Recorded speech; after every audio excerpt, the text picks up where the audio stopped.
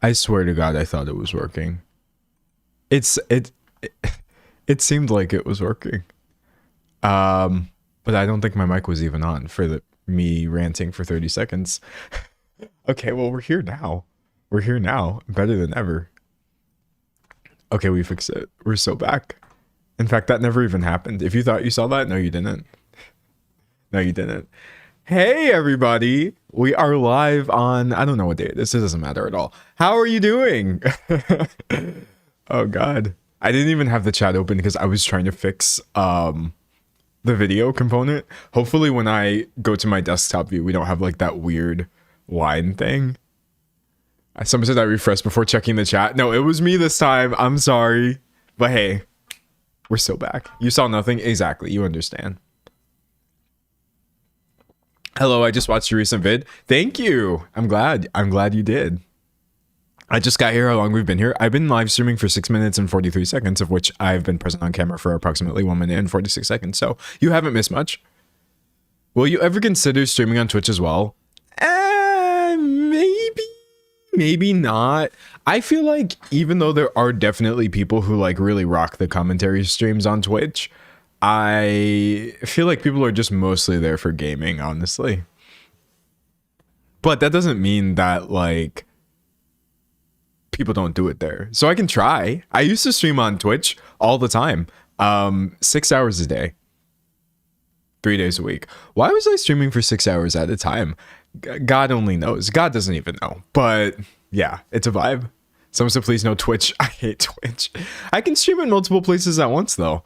Nowadays, technology has come really far. Oh, okay, cool. Nowadays, technology has come really far where you could essentially watch me wherever. But I like it here on YouTube. I feel like it's less of a hassle. Everything's in one place. The videos, the VODs, etc. Someone said stream. They're asking your thoughts on Minecraft. Yeah, I guess if I was ever to do any sort of gaming anything, I would just do it on Twitch, since like then I won't be filling this channel with gaming content, which I promise you not everybody wants to see. Nobody, I mean, some of you do, which is fine, but trust, I play the most boring games of all time. Hi, D'Angelo, could you please turn off the AI dubbing on your videos? Maybe. I can try to do that. If that's a thing, don't use it. I'll tell you that right now. YouTube adds so much annoying, like, AI stuff that you have to opt out of instead of opting into it. But yeah, I'll take a look if I remember to do so. That sucks. Reading chat. People are talking about games. No, we're not going to talk about games right now because I'm going to get stuck and then we'll be here for an hour. Okay, so hey everybody. If you're new to this Discord, if you're new to this live stream, I would like to tell you how it kind of usually goes. There's about 30 minutes in the beginning, which you are currently in right now, where I'm just yapping, just kind of, sussing out the vibe, making sure the vibes are giving what they're supposed to be giving. And then, no, really, I'm just preparing, letting people kind of stream in. And then around the 30-minute mark, that's when we'll get into today's topic, which is unhinged. I know I definitely call a lot of different things unhinged, but I feel like faking the kidnapping of your dog for views is unhinged. So we're going to get into that later today. Oh my God, it's a mess. If you've missed this and you're like, I don't know what you're referring to, it's because it happened in French. So I don't want to talk too much about it right this second because we're going to get into it. But yeah, no, like I had to translate everything and rely on people's translations and kind of piece together what happened myself. But this is insane. Who does this? D'Angelo, are you still in school? How's it going? I'm 27 years old. There are many people who are in school at my age, but no, I'm not in school. Many people who are, but not me though. It's been a while. Reading chat. Someone said, as a French, I'm so sorry, guys. You should be. No, just kidding. French people, you're fine. He doesn't represent you. Reading. Someone said, you speak oui. I most certainly do not speak a lick of French or any other language other than English. And even the English I speak is dubious at best. So, oh God. Reading chat. Someone said Edgar wasn't actually taken. Who's Edgar? We're talking about a dog named Albert today. Yeah, Albert the pug. Someone says, there's a reason why you don't allow donations / memberships for the stream. If you have $5, spend it on yourself, give it to a smaller creator, or donate it. I'll be fine. That's what you should do. What else we got? Someone said I meant uni or grad school. Oh, okay. Yeah, no, it's a valid question. No, I'm not doing grad school because I don't envy anybody who is in grad school. I think all of you are unhinged. I would never do that to myself, actually. I can't believe that you would do that. I'm being so for real right now. Like, I have a lot of respect and admiration for people who are in grad school, but I would rather sleep for 1,000 years. More power to you if you are doing that workload and like, nah, I'm here. I'm advancing my career. Scary. And then like you got to start defending yourself in school too. Later, as you just move up and up, you got to like defend your dissertations and stuff. I would rather cry. Someone said grad school is rough. Yeah, no. I've never heard anybody in the entire world say it was easy. So I'm like, why would I ever do that? But I may though, because honestly, I want to be a librarian so bad.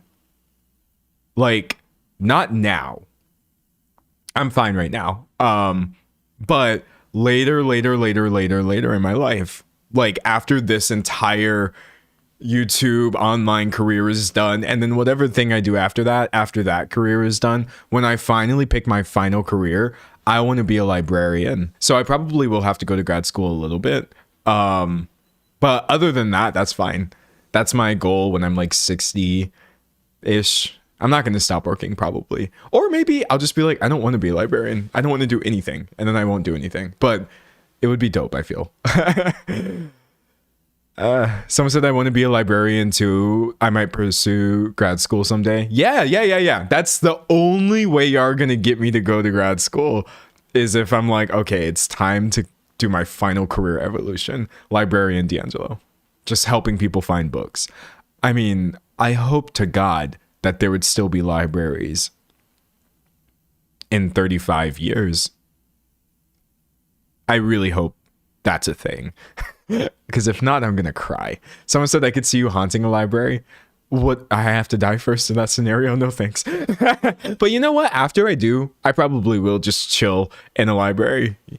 Why? Where else? I'm not chilling in my grave. I'll tell you that right now. Someone said little bookstore would be amazing too. True. I love me a good bookstore. That would be awesome. Reading chat. A world without libraries sounds terrifying. Yeah, it really does. But what's happening is like the libraries around me, they just keep reducing their hours and reducing their hours, and I'm getting scared. I'm getting really scared. Someone said AI library. No, please no, for the love of God. What I really hope is that like the next generation of internet users is just completely burned out on AI. Like, you know how younger people never want to do what older people are doing? I really definitely hope there's a new group of people who is just like, ew, AI, that's old people stuff. And then they don't use it. But we'll see. We shall see. I just popped in here getting ready for my job at the library while we're glazing libraries. Maybe today will be better than yesterday. I have all the glaze for libraries, just the existence of them. They need to be hyped up and they're underrated. Big library fan. Don't speak AI libraries into existence. Yeah, please God, no. I don't want it. I don't want it. D'Angelo Book Club. I could think about it. We could see, maybe not. You know what the problem is? And I know, obviously, I feel like y'all would give me a bit of grace, right? But if I recommend a book to everybody and then we read it and then that author turns out to be like, I don't really want to be attaching myself to other people in that way. I'll write a book and then we can all have a book club on that. And that'll be our only meeting when we all read the novel that I wrote. But yeah, no, like, if we just stick to the books, the books themselves, maybe we could, but I'll think about it. Reading chat. Someone said I'm late. No, you're not late. We haven't even started yet. I'm just chilling. You know, I went for a little run yesterday. But I think, chat, I'm finally ready to go back outside because the run I did was on a treadmill again.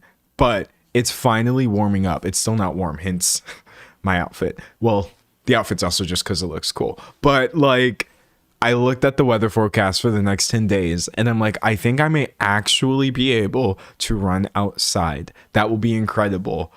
I want nothing more. I'm so over this weather. I'm so over it. Also, I have another topic that I want to talk about today. It's not like a whole video thing. I barely have any thoughts about it. But did you see that lady get fired from HGTV for just dropping a slur while being recorded? Funny is not the right word at all, but like, then she tried to come out after the fact and be like, oh, that word's not part of my vocabulary. And I'm like, wow, that's crazy how you're on camera saying it really clearly. So we'll get into that later because that was a mess. I'll do that one after we talk about the unkidnapped dog. Reading. Someone said I heard about it briefly. She was on the ladder. Yes, she was absolutely on the ladder and was like, this is a perfect time to be racist. And then realized she was getting recorded and was like, oh crap, did I just say that? Get rid of that footage right now. I can't make this up. And then HGTV was like, oh, nah. And they pulled her show. Dude. Mess. Absolute mess. I definitely like, some said Paula Deen 2.0. I definitely like this. It's not part of my vocabulary is maybe the funniest response ever. There are many words that are not part of my vocabulary. And therefore, I don't ever actually say them. Like, I don't know. Well, I can't think of them because they're not words that I usually use. So yeah, no, she was a mess for that, but we'll get into that later too. And then as for topics, I don't really have too much other stuff. So we'll probably just be freestyling. We'll probably just be vibing. Anyways, it is February 12th, meaning I think I'm on my 7th week of topics. Actually, I don't know how calendars work. Wait, I'm going to look at my computer and see. Never mind. I don't know how to open a calendar on Mac. Oh, yes, I do. You just search for calendar and then you can open a calendar on Mac. Okay, great. So I came back on the 1st. So that's like 1, 2, 3, 4, 5, 6, 7. Okay, great. That's neat. Yeah. So we're going into my 8th week, I guess, of posting consistently, in which I haven't missed a single stream, in which I haven't missed a single video upload, in which, in my opinion, all of the uploads and streams have been good vibes, which I'm really happy about. And most importantly, to me anyway, I would like to keep going. I think usually at this point, it's very much just like a toss up of, I don't know. It's hard sometimes to focus on like the better parts of things, but that's why I'm not letting like anything knock me off track this time around. Or maybe I am. There's some things I don't have control over, but I'm just like, I'm so happy and consistent. New people are going to join and think I'm a normal YouTuber. Uh-oh, what are we going to do? Haha, 6-7. Someone said good vibes. Yeah, no, I've really been showing up, honestly. Consistent. Me bragging about doing my job for 6 weeks in a row is like, but also I would like to say too, my stretches of consistency are really long though.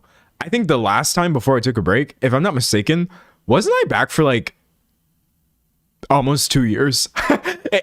I swear to God, I came back with an Andrew Tate video in like maybe 2023, and then all the way through 2023 and going all the way up until the end of 2024, I was either posting like video essays once a month or I had switched to my daily content. So I have to remind myself that even though I have this like self-image of, oh my God, I'm never actually like consistent, I have massive stretches of consistency all the time.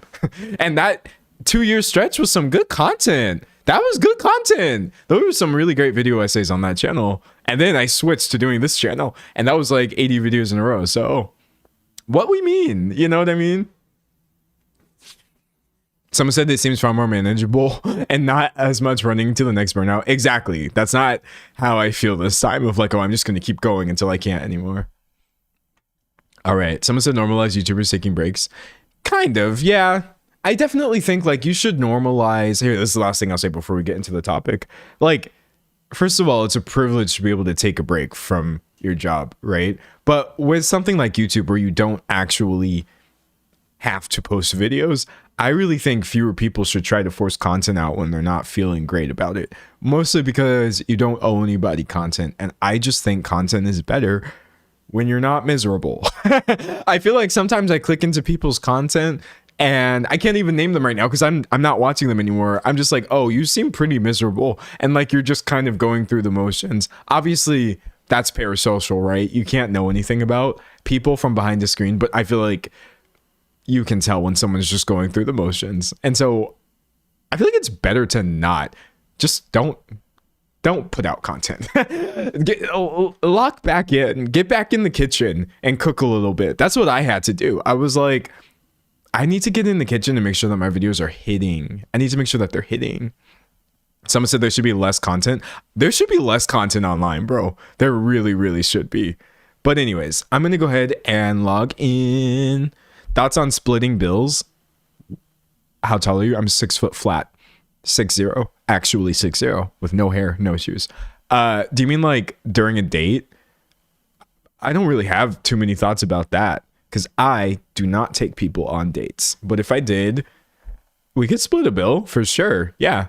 I mean, I don't see why not. I don't have any thoughts on that. I don't have any thoughts on that.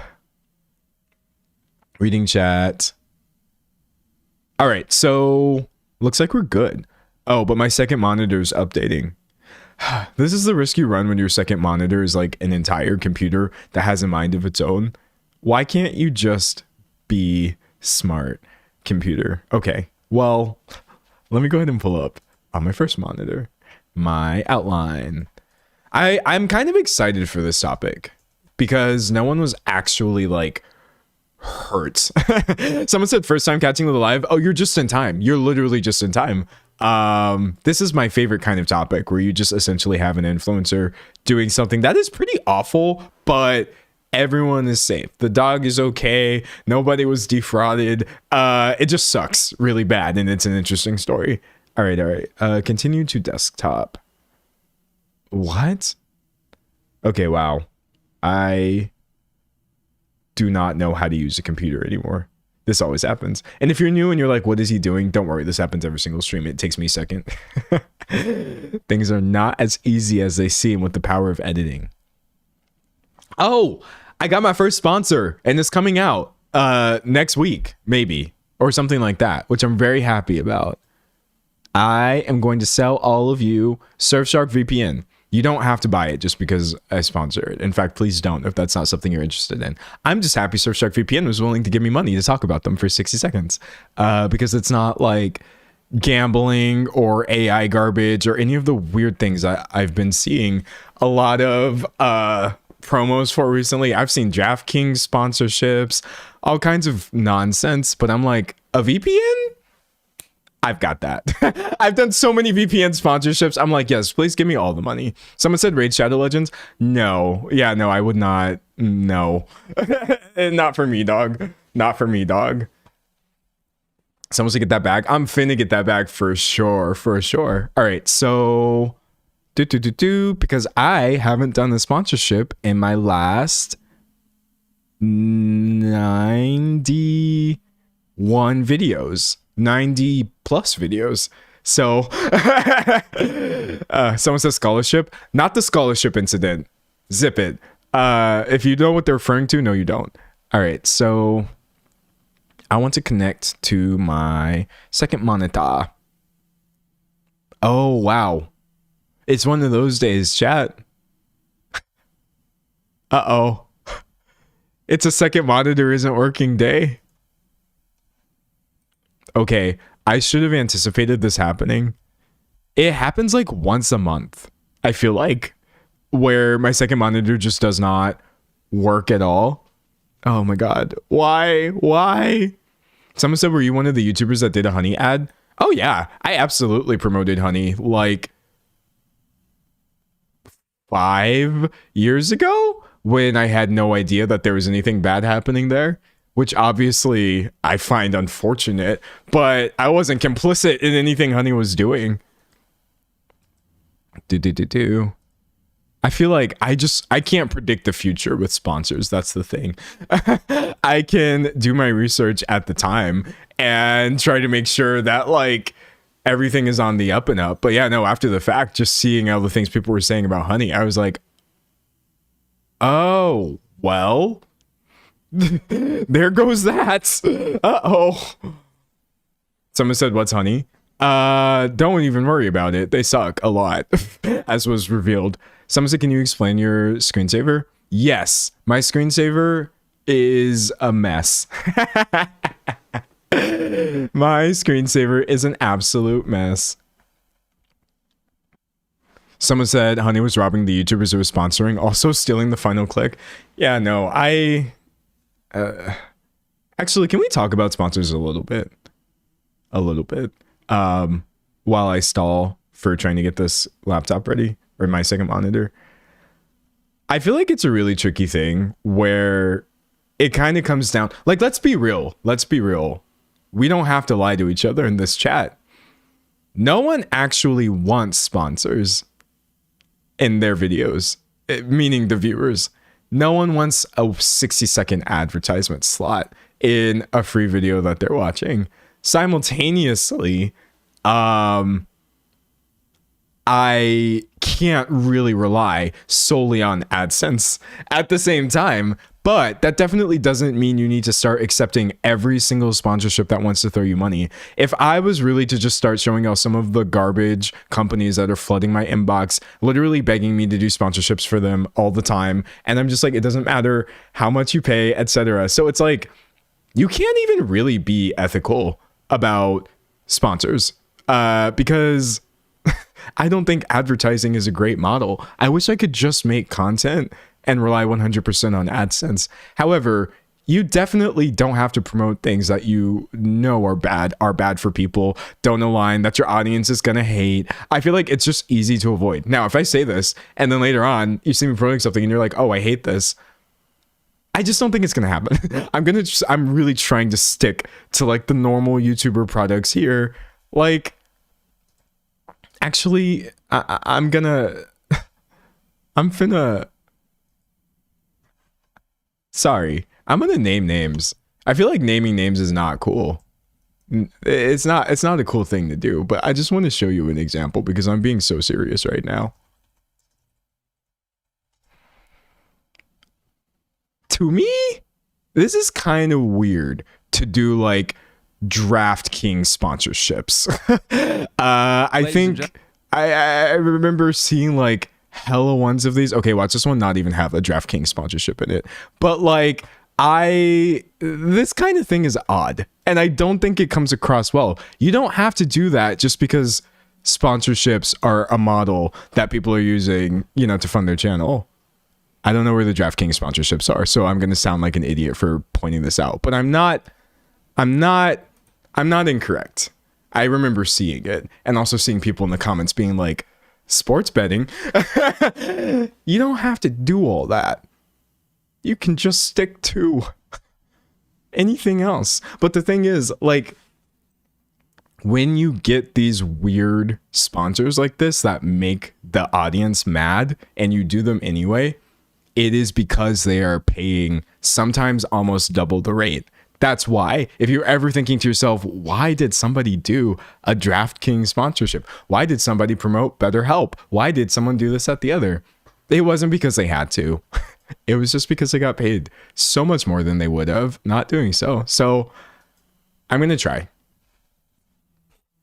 That's all I can do, chat. I'm going to try to be good about them. My hard no's are gambling, AI, and then obviously like faulty, defective products that don't seem like they would be real anyway. Also, I tend to shy away from mobile games as well, because a lot of them can be really just gambling.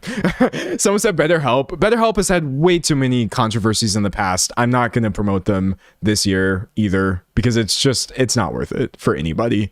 Not at all. Someone said those DraftKings sponsorships pay a lot too, which is so gross. They do. I'm telling you from personal experience, any shady sponsor has hella bank. Because that's the thing. DraftKings doesn't have to pay as many creators as, say, some random smaller thing. They just have to find enough people who are willing to promote it, pay them big bucks, and then it's like, whatever. It's whatever. But anyways, I have to draw the line somewhere. That's how I feel. Otherwise, I'm going to go crazy. But in the perfect world, I would never do a sponsorship. Okay. So all of that was me stalling. Hopefully it actually worked for me. I went ahead and reset my one computer. Now I'm going to go ahead and connect. Hey, it worked. We are so back. We are so back. Someone said, I feel like ZocDoc is going to be another BetterHelp. I don't know what ZocDoc is. What is that, chat? Wait, I'm going to look into it. Hold on. We're already so distracted. Look, I missed my 30-minute deadline, okay? I've been live. Oh, actually, I've only been live for 32 minutes. I don't think ZocDoc has reached out to me yet. They could. It's a New York City-based company offering an online service that allows people to find and book in-person or telemedicine appointments for medical or dental care. So it's essentially like BetterHelp for like not therapy, but like just actual doctor stuff. I don't know. This is the kind of thing where I have to do research. On the surface, there doesn't seem to be anything wrong with this, really. But that's the part where I have to be like, oh, look, ZocDoc, you know, Reddit. What are people saying over here? Is ZocDoc reliable, etc.? Oh my God, you can't see anything. There we go. Is ZocDoc reliable, etc.? People saying they found it. I have to, you know, just that kind of thing. It's a process. It's really a process. Someone said they've been around for years. Yeah, no, they're probably fine. I would do ZocDoc if I ascertained that they were okay. Someone said any deal breakers. I have so many deal breakers with sponsorships. Honestly, it just all, if the vibe is off, I'm finna say no, man. I'm finna say no.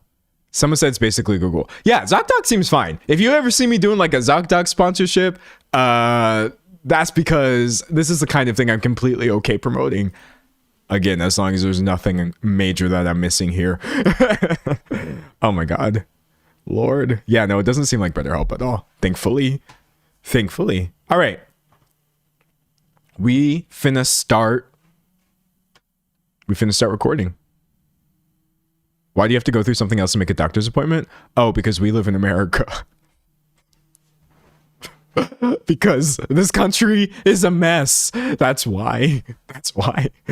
So I use it. Okay, bet. You know what? Manifest the ZocDoc sponsorship for me, y'all. In your minds, in your hearts, manifest that. I'm recording. Everybody say hi. Everybody say hey to YouTube. Okay. This happened in French. I got to give this disclaimer right off the bat. I don't understand a single word in this entire internet controversy. However, it still went hella viral. You had people doing their best to translate it. I tried to translate some of this myself. So I'm going to tell you about the TikToker who faked the kidnapping of his own dog for views, thus temporarily upsetting a major swath of the internet before those people then got enraged when they found out the truth about what happened.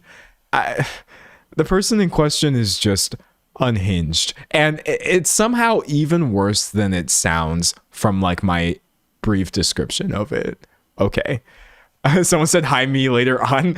Yeah, just say hi to yourself. You'll probably wind up in the video. All right. So the person we're talking about is named Cyril Schreier. Sorry. No, he's not. The person we're talking about is named Cyril Schreiner. This would be... Okay, wait. Let me put my headphones on so I can hear. Let me finagle my audio. Someone said, how is it worse? It's worse because after doing this, he just absolutely crashed out. And it was so bad. It was very bad. All right. So if we were just to go to Cyril's download video, I would very much not like to do that. If we were to go to Cyril's TikTok, you may notice he has a cool 8.4 million followers. Nothing crazy. I'm being facetious. He's insanely popular, and it's because of his dog, Albert. Well, one of his dogs, right? Someone said, plot twist, he was being held hostage by the dog. Someone said, I'm learning French. Listen, if you know French, because I know some of the people here do. I got people from all over. I mean, there's also people just right here who know French. And you see me like incorrectly translate something, you can let me know. But I'm telling you right now, it's gonna happen. It's finna happen. Anyways, with that being said, he's essentially just known, or Albert is known for being unhinged. Oh God, someone save him. He seems to have one brain cell, as I think many dogs do. And the content's constantly going viral for him trying to steal food, borderline drowning in pools. The things that dogs get up to. I don't know why dogs are like this, honestly, but I love them for it. I really do. And the video I just showed you, for example, has 75 million views. As you can see, he routinely is just getting millions and millions and millions of views on his content, right? Someone said, please tell me he's not from Canada. Is that what you're asking, basically? I don't know how to pronounce that word. Wait, this is gonna be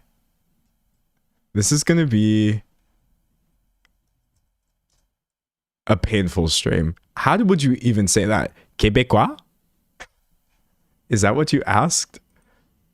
Is he Québécois? Yeah.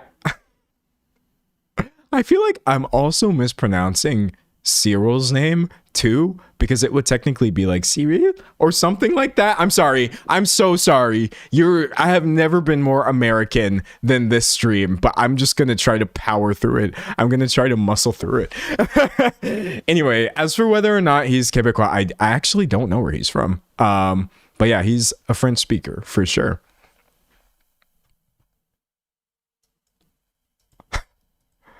Lord, please help me. Please help me. Someone said I got Québécois right. Okay, well, I pronounced one word correctly at least.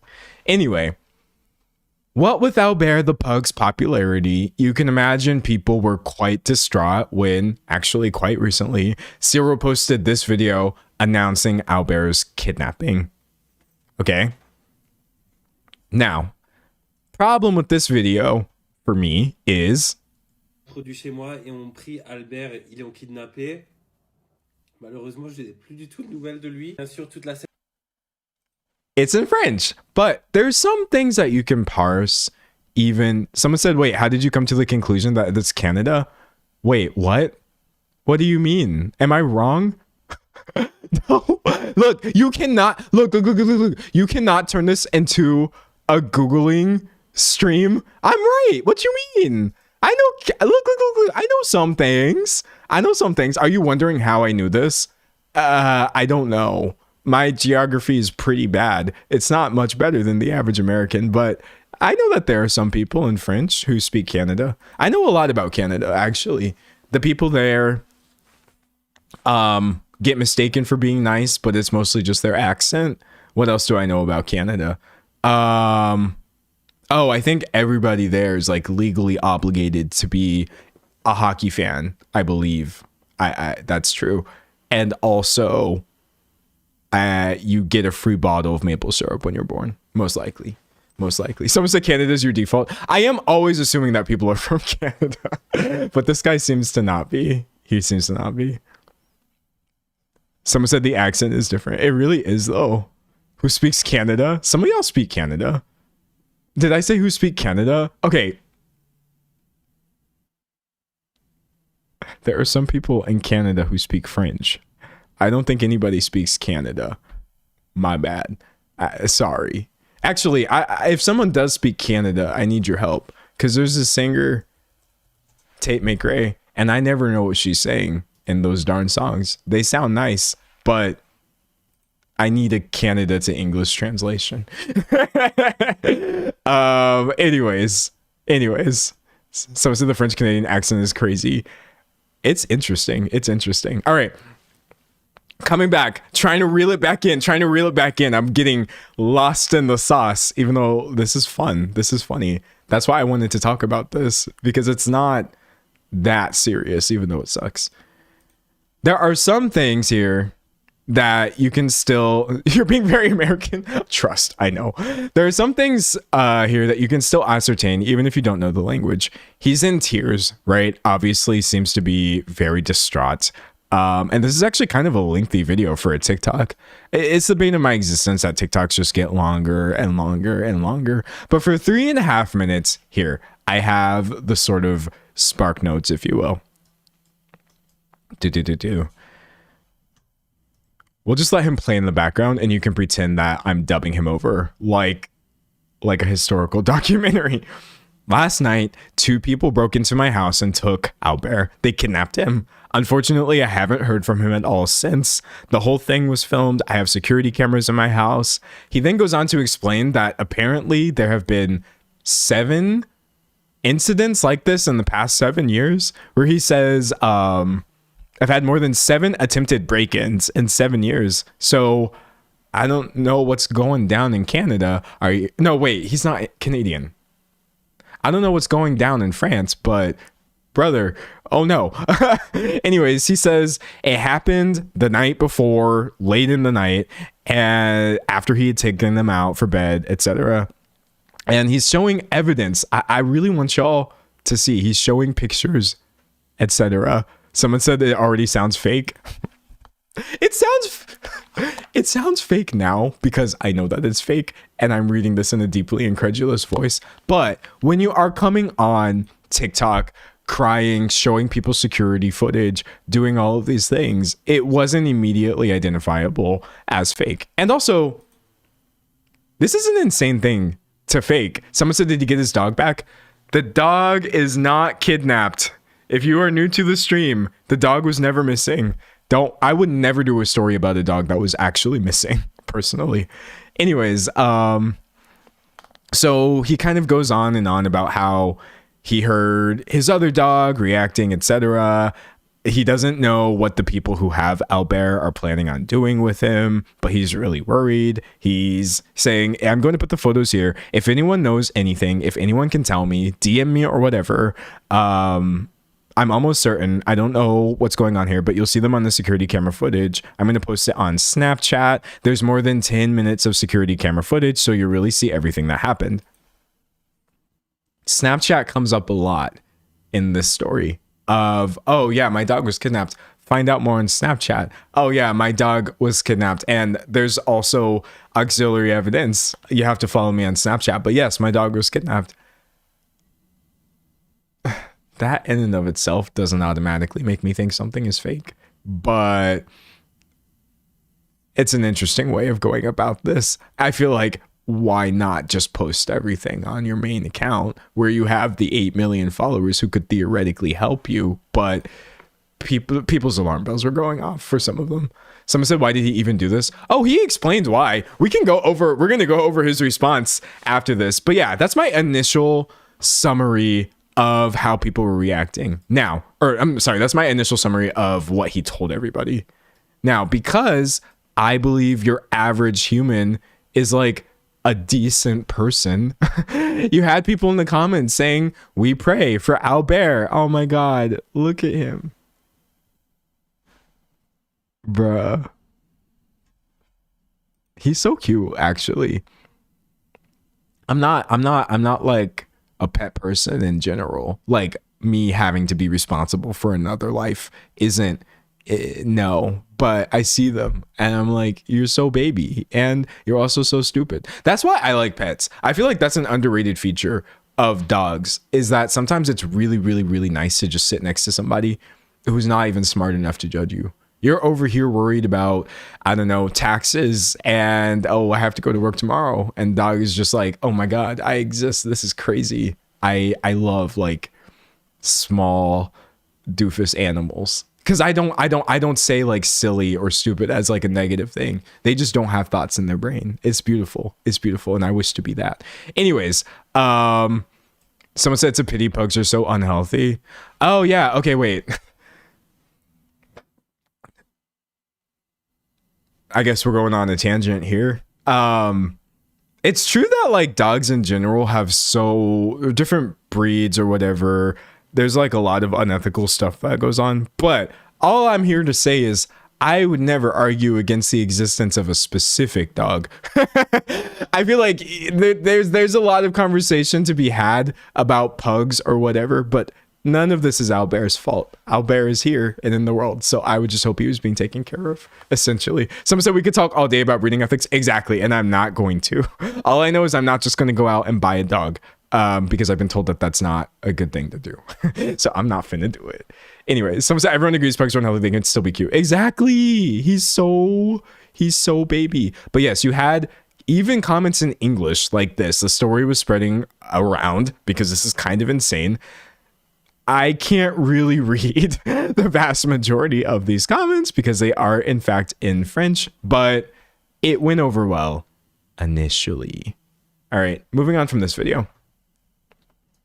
So Cyril decides to give us a 72-hour update about Albert's kidnapping. And this is where it started getting a little strange to say the least. All right, let me pull that one up. All right. So one thing you may notice about this video is... Merci parce que j'ai reçu tellement d'amour, tellement de messages de soutien, ça me fait trop... It's also still in French, meaning dubbing D'Angelo is back. I'm sorry. I'm finna have to dub this for you to the best of my ability. I know this might be kind of painful. Let's mute him. Someone says his name's Cyril. No, it's Cyril, Cyril, which is how I would say that name if he was like American, but that's probably not how he pronounces it. It's just gonna be really cringe if I'm like Cyril, and Albert. I feel like I'm gonna get mugged by French people. they're gonna like beat me or something like that. I don't even want to try. I'm sorry. I'm scared. Okay. All right. It's been 72 hours since my dog Albert disappeared, and today I'm going to give you a little update. Before I start, I just wanted to say thank you. I've received so much love, so many messages of support. It's so heartwarming, but some things have gone way too far, and I wanted to talk to you about that. So he initially starts explaining, people are saying cereal works. No, I'm not going to call him cereal. he starts explaining that it's not just that his dog is still missing at the 72-hour mark, but that people online he feels like are being really weird about it, doing everything from apparently posting, let's see, I've seen videos saying he was found in this place or that place, but he's still not home. Some people are also having fun posting fake ads, putting photos of Albert on a classifieds website where they list the dog for $100,000, $50,000, etc. Obviously, that is literally unhinged to do. If this dog was actually missing, why would you pretend that you found him? So right off the bat, it seems fine. Someone said, would this qualify as Munchausen syndrome? Wait, that's a good question. No? Hold on. Work through this with me for a second. I know that the answer is no, because like, that's like, I don't know what it's actually called. That's where you pretend that someone around you is like sick, right? Essentially, or something. I don't know what that is. I don't even know if it's real. Okay, thank you, medlineplus.gov. It's essentially something you do with a child, right? So it's not Munchausen syndrome, but there should definitely be a word for whatever the heck this is, because it's not something a normal person would do, faking the kidnapping of their dog by any means. But the answer is no, but it's something very weird. Anyways, going back into it. So, Cyril continues explaining. He says, I'll keep you updated on all of this on my accounts, and I have to admit right now I'm so focused on finding Albert, I don't have the time. I'm being harassed by journalists, TV shows, and radio programs, which I'm not going to go on. All I want is to find Albert. I know the people who took him from me are people who follow me, so I'll keep you updated on what happens next. Some say I think the word is lying. The word is definitely just lying. So he's locked in, chat. Everyone's trying to distract him at this point. Fake dog sightings, fake dog listings. You can get your dog back for $100,000, but Cyril is locked in. He is going to find his pug, right? Allegedly. Also, I would never be making this many jokes about this if the dog wasn't found. Can I just say that too? I've been following this story on and off for the past, I think, 11 days. Because when his first video went out, I saw that was happening, and I didn't know if it was fake. So I was really sad. I was like, oh God, who would steal a social media famous dog? Who would steal anybody's dog? But like, that's such a weird, parasocial, insane, dangerous thing to do. And then as more and more things were like revealed as time went on, I kind of started being like, wow, some stuff about this is feeling really, really odd. But I still was like, this isn't content though. Because on the off chance that this guy is telling the truth, you would never catch me on a live stream talking about, oh yeah, he's probably faking. What if he's not? I feel like that's really harmful and dangerous to do. So the only reason you're getting content of this is because my brother in Christ just came out and it admitted the whole thing was fake. Like an example of something I would never talk about, and I'm sorry for making it really, really, really, really real. Oh, I hope I'm spelling this correctly. Like, there is like this current ongoing missing persons case, and it's really, really, really, really disturbing. Nancy Guthrie, I don't have anything to say about that. I can't help with this by talking about it. I'm just like appalled and sad usually when horrible things like this happen. But again, like, I feel like it's easier to talk about things after they end, if that makes sense. Anyways, someone said I was going to say this real kidnapping is super sad. Yeah, no. And I mean, that's an example of why you shouldn't be making light of things like this anyway, when it actually does affect people. But anyways, sometimes I feel bad for her and her family. I just came in, but the chat is making me nervous. Don't worry. We're talking about a guy who faked the kidnapping of his dog, but the dog is fine. I'm getting back into it. All right. So continuing on about what Cyril was saying, oh yeah, so he was saying he's locked in. All he wants to do is find Albert, essentially. He's saying people were creating fake accounts And he said, heads up, there are so many profiles that have been created, especially on Snapchat, where I really want to talk to you from the heart live. And sometimes, unfortunately, I don't have time to set up my camera, do a little editing to post them on Instagram or whatever. Snapchat is where I can really show you all of this live. But anyways, thanks for your messages. Thanks for your support. I can't reply to everyone, but it really warms my heart. And we're just going to keep finding Albert. That's all I want. If that sounded to you like he's stuck in yet another ad read for his Snapchat amid this update about his dog being missing, yes, that's exactly what happened here. But still, this is where you kind of got people sort of like side-eyeing this a little bit. But then the vast majority of people still believed him. If I go to the comments right now, look at. Never mind. God, I hate using TikTok. I hope they find Albert, and the people who stole him will be jailed. I can't wait to see you back with your precious baby. 1,300 likes, 17,000 likes. What?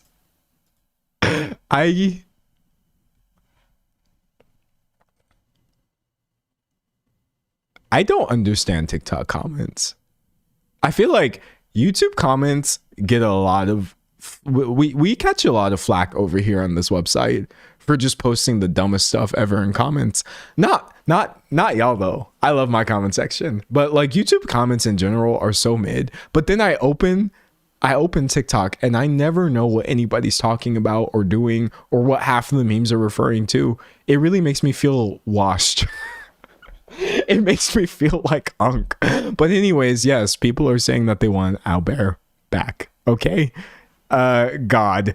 So after this 3-day update, we get a 5-day update from Cyril. Et j'ai des très bonnes nouvelles à vous annoncer. Avant de vous donner des nouvelles, il faut que je parle de ce qui se passe en ce moment sur les réseaux. J'ai vu. D'après le blogueur. It seems like it's still in French. So not much we can do there. Also, allegedly, TikTok has captions. Oh no, they're not even offering me the ability to caption this. Wow, never mind. Okay, well, that's why I'm having to do what I'm doing. So he says right here, it's been 5 days since Albert disappeared, and I have some good news to share. But before I give you that news, I need to talk about what's happening on social media right now. I've seen a lot of fake news and a lot of things that aren't true, so let's debunk everything. He's kind of long-winded in this one, but essentially he's saying some people were pointing out that he didn't file a complaint, which that is incredibly odd. I feel hold on. Let's be clear. I'm never that person who's like, oh, why didn't you go to the police or whatever?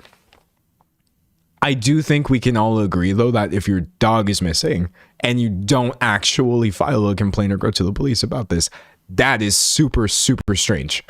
So right off the bat, bizarre. Someone said, do you speak French? No, I had to rely on people translating this and then also me using horrible translation services to do my best.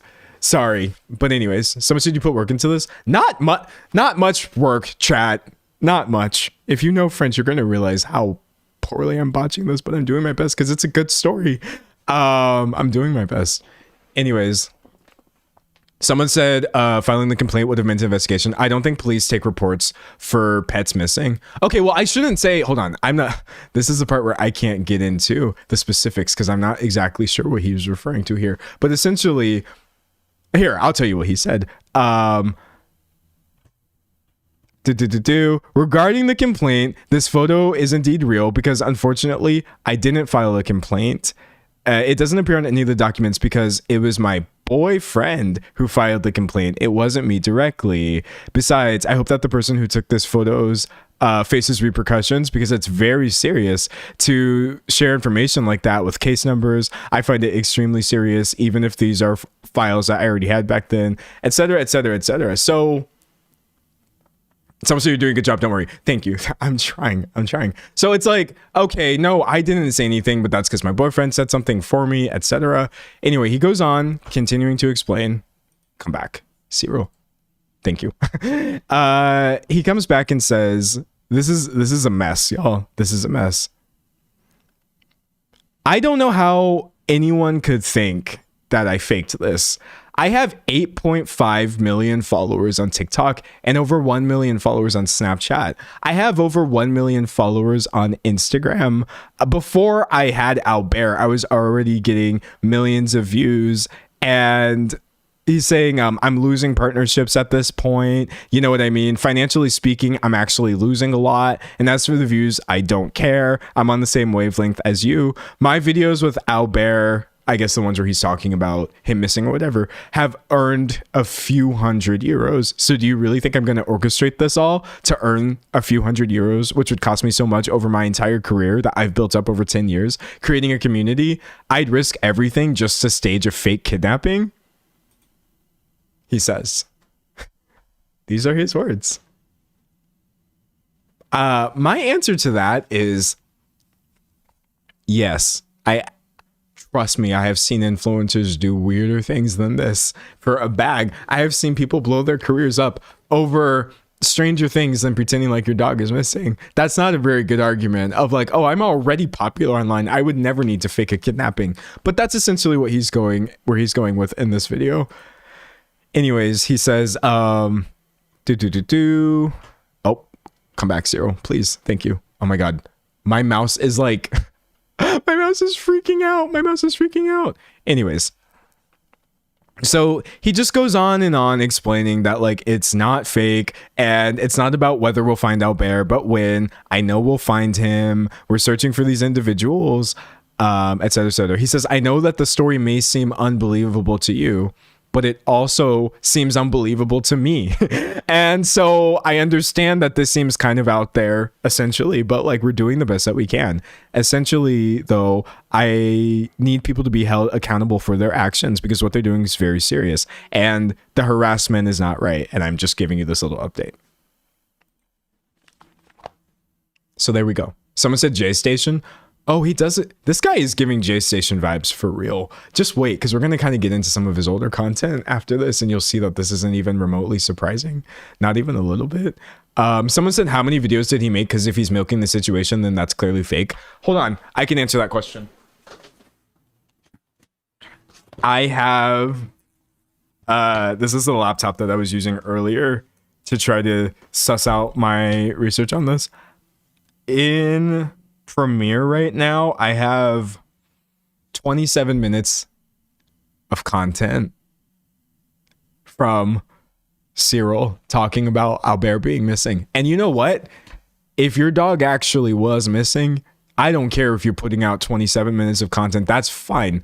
That's okay. But I actually have a numerical answer to that question. Besides his initial talking about it, his 3-day update, his 5-day update, this later thing where he admits that, well, you're going to see what he admits, and then him crashing out about it later. He just, there's a lot going on, chat. There's a lot going on here. But yeah, that's the answer to that. 27 minutes. Someone said I thought that was a whiteboard. No, it's just a big laptop. Though it would be funny to do my research on a whiteboard of just like a crime wall. Someone said I'd call that milking it. I would call that milking it as well. Someone said I just joined. I'm confused. It's okay. This is a slightly confusing scenario, but essentially this guy is explaining in French that his dog was kidnapped and that now everyone's saying that it seems fake because there's a bunch of fishy things about this, but he would never fake this because he's too popular, and you should all follow him on Snapchat where you can see the real truth. Allegedly. Anyways, moving on from this, we now get... And this is where I was like, okay, bro, this is getting weird. So he posts, first of all, just this photo by itself of Albert's miraculous return. There he is. This is just a picture. I didn't even know you could post pictures on TikTok by themselves. But essentially, this is just a picture. Albert is back. He's looking as goofy as ever. I really do love him. And, you know, Cyril's just in tears. It's quite emotional. And I want to say that this is where people were kind of like... Wait, I can't make this window any bigger. Hold on, chat. I'm trying to get to the comments. Okay, here we go. The dog is so chill. I know. So you have people reacting. Look. I may not know French, but I know what this expression means. I know what that expression means. You were definitely getting a level of skepticism from the people here, essentially, because it's just like, what is going on here? This isn't making sense. I should not scroll too far because holy God, TikTok comments are so weird. They're so weird. They piss me off, actually. And then Cyril posted this amazing statement. All right. So, oh God. So, after Albert's return, Cyril says, kind of, this is a horrible translation, I will be opening a case with my lawyer. I've been on social media for 10 years now. I've never said anything when people insulted me, but this week was the last straw. I'm over it. So all messages, fake videos, or statements will be prosecuted. For the last week or past week, I've been threatened. People have invented lives for me, insulted me. They've tried to leak my address, threatened to throw acid in my face if they see me in the street. Okay, that's insane, obviously. I've taken hundreds of screenshots, including messages and profiles on TikTok, Instagram, Snapchat, Facebook, and X. All these people will be held accountable for their actions.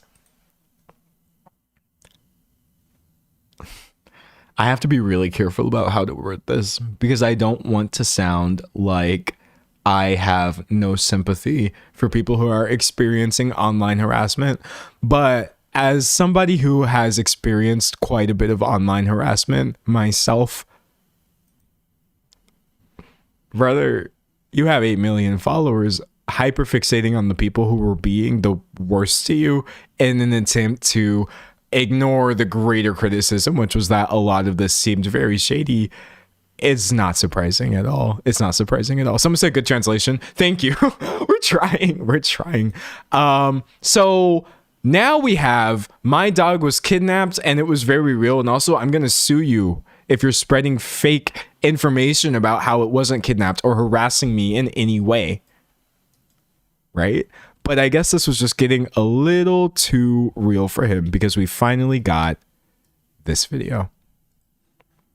So, oh wait, I also forgot to tell you on the one where wait, this is kind of funny. We've had so many comments on all of these videos, right? But on this one where he threatened to sue everybody, you want to see how many comments there were? None, because he disabled them. But he was brave enough to somehow leave comments on for this update where he explains, I believe this is the one where he says he's faking everything. It would be so much easier for me to tell if we actually had captions and TikTok was working the way it's supposed to. But here, let's see. Et tout vous dire parce qu'il y a plein de choses qui me tiennent. Nope, still French. Dubbing D'Angelo's back. I'm on it. I'm on it. I'm on it. Okay, so if this is the wrong video, I'm sorry. But he says, today I'm going to set the record straight and tell you everything. Because there are a lot of things that are weighing on my mind. I've seen all sorts of things being said, and I'm going to set it straight. I've been a content creator for 10 years now. I've been posting content every day. This last year has been really difficult for me. I didn't show it on social media. Essentially, he was saying he tries to keep his private life separate. I mean, relatable. You know, so far, I'm rocking with him. I think the past year was a little difficult for me offline as well. I've been posting content for a while. Let's see if I can see where he's coming from.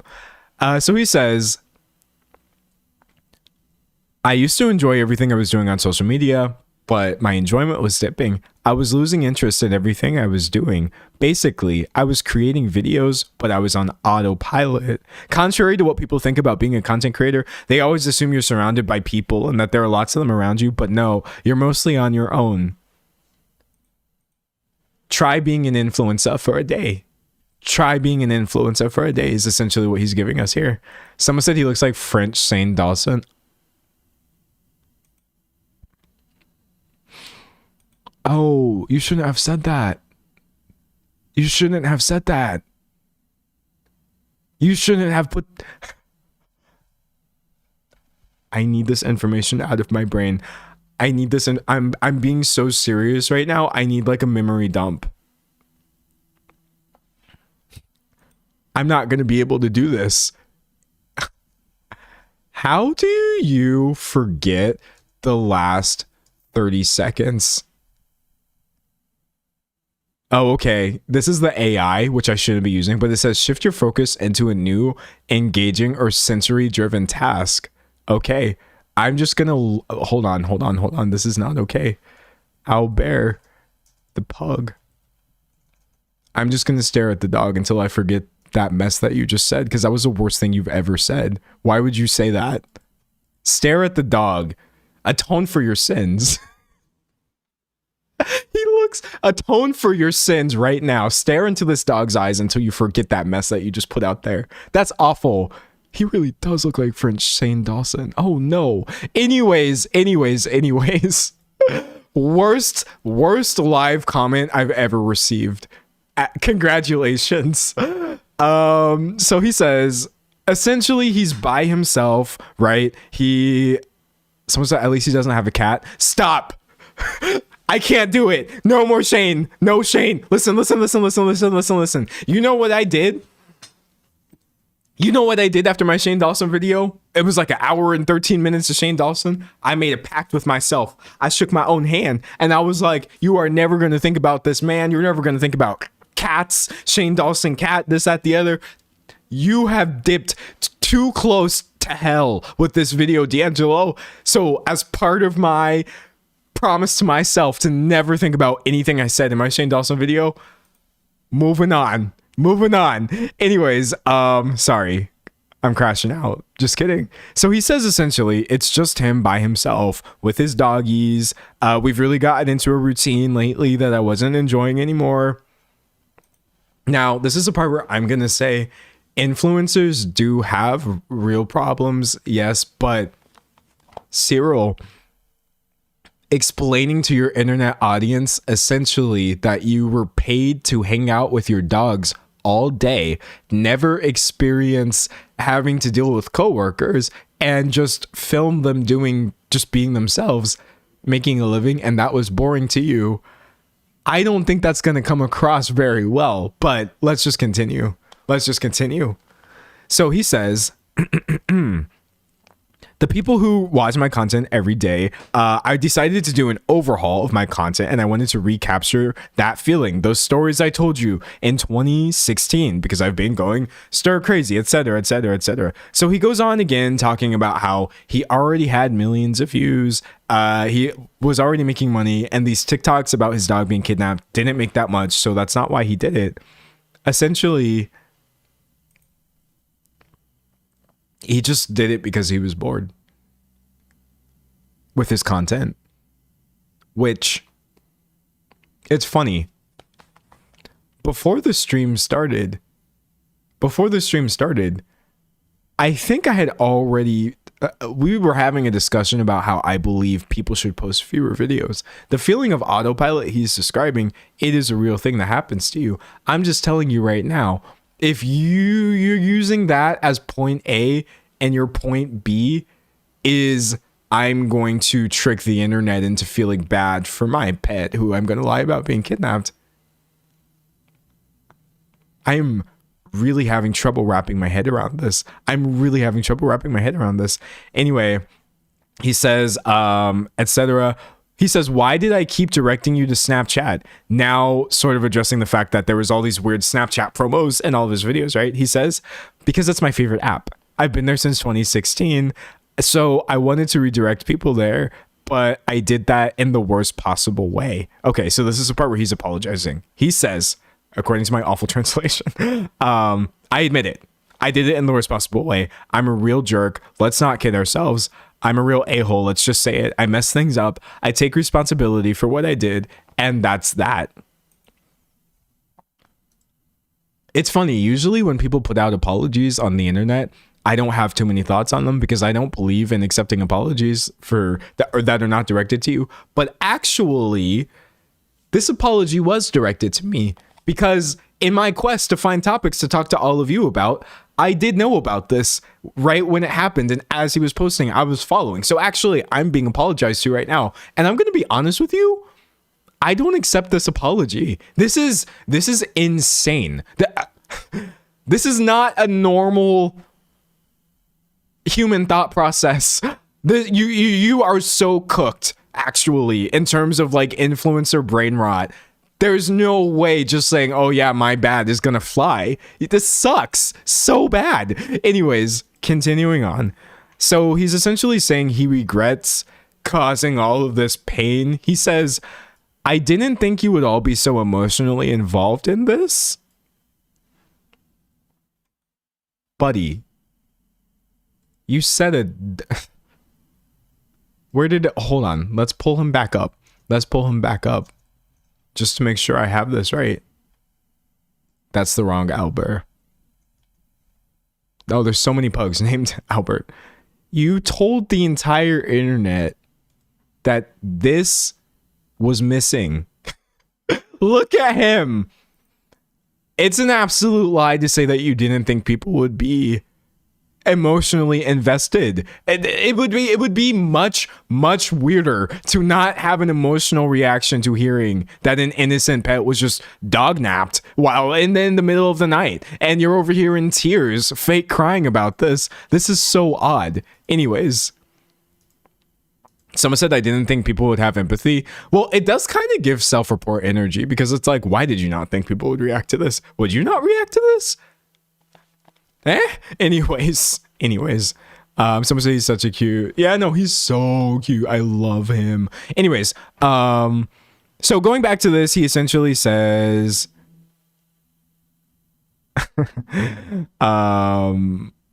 he was trying to leave clues. Essentially, he says, you know that even in the surveillance video I made that showed Albert being kidnapped, well, he wasn't even in the videos. It was a sack of potatoes. There was lots of details like that. The fact that I even went to my supposed kidnapper's house in flip-flops, that I slept there and he brought me breakfast. I really wanted to make it comedic, actually, and it worked. It worked because on social media, some of you laughed. You all laughed at the end because the whole situation just seemed so absurd, and that was the point. My goal was to share some joy and good humor with you to make us laugh, and that's all.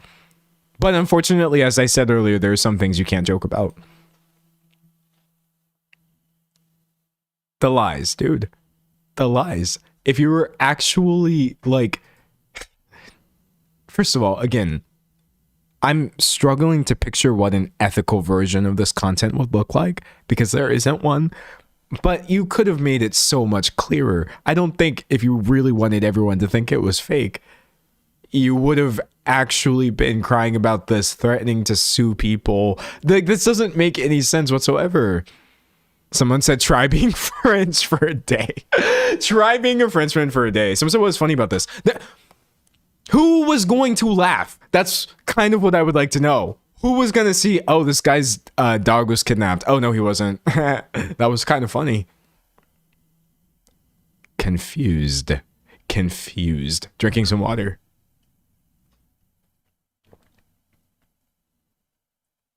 Anyways.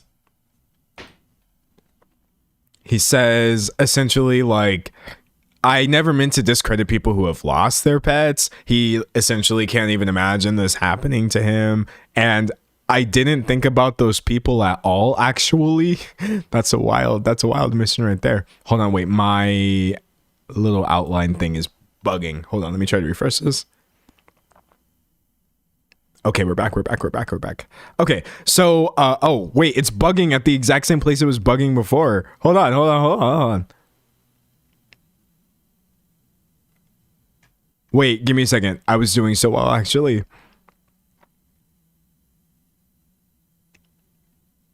All right, we're back. So yeah, he just goes on and he says, like, I'm sorry, genuinely sorry to the people that he upset or whatever. I am really, really, really, really sorry. I don't deny the facts at all. What I did is something very, very serious. All this hate that's been directed at me, I want to do something to at least bring a little something positive out of it.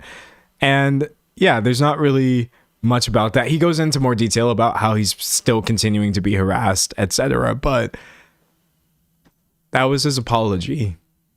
We're not done, by the way. You would think to yourself, D'Angelo, we have been here for 43 minutes. There's no way that there's another component to this story. No, actually, for reasons unbeknownst to me, or no, I do know the reason. He just starts crashing out after this. he starts crashing out because people were not forgiving him or not buying his apology. Now, hold on. Again, look, you can see in the comments, the top comment that's showing for me, I guess because it's in English, it says, "It's cruel. I feel betrayed. I was checking my a few times a day if Albert was okay, translating every post because I don't speak French. I'm sorry, but this was not funny at any point." Someone says, "Same. I was terrified for Albert. I kept imagining my own dogs in that position. I hope he loses his followers." Foreshadowing. "I was upset. I saw this after a bad day at work. I literally cried for like." These are not the dumb ones. These are not the unhinged behavior. These are not the people doing the unhinged behavior. It's very natural and human to get really upset about this. Why would you? He's just lying. He's obviously lying. This is obviously for views. But yeah, no, this sucks. Even me, who, I'm not gonna lie, as much as I try not to be cynical, I was like, he's definitely gonna come out and say that this was all faked. I was still sad at the idea that this could have even happened. So I hate this so much, honestly. Moving on, though. All right, so next we've got the crash out.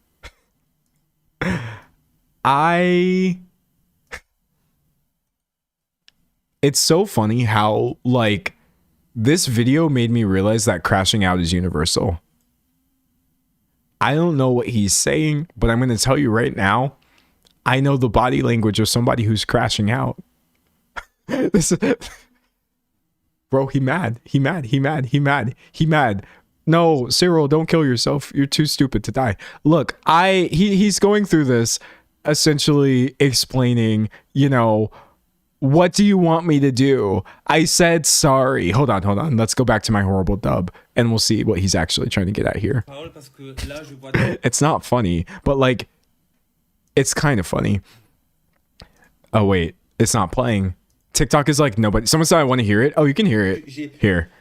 Voilà, dernière fois que je prends la parole parce que là, je vois des trucs. Ça m'énerve. Qu'est-ce que vous voulez?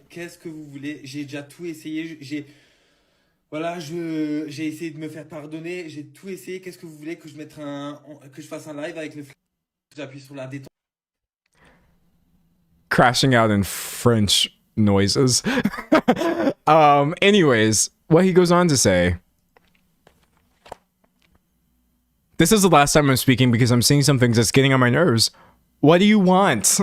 I've already tried everything." Essentially saying, I've tried to make it up to you. What do you want? Hold on. I'm trying to scroll through this. "What's your goal, actually? I've been making videos for 7 years, posting them every day. Today I'm facing the consequences. I'm skipping forward. There's a complaint filed." He's just going on and on and on, essentially saying, wait, I love this one. "I didn't kill anyone. What I did is serious. There are many people who lose their pets, but I didn't think about those people. But I can't go back. There's nothing I can do. For 2 weeks now, I've been seeing my face everywhere. I swear I'm psychologically overwhelmed. I'm cutting myself off from Instagram, Twitter, etc. There's hate everywhere. I think we've all made mistakes, some more serious than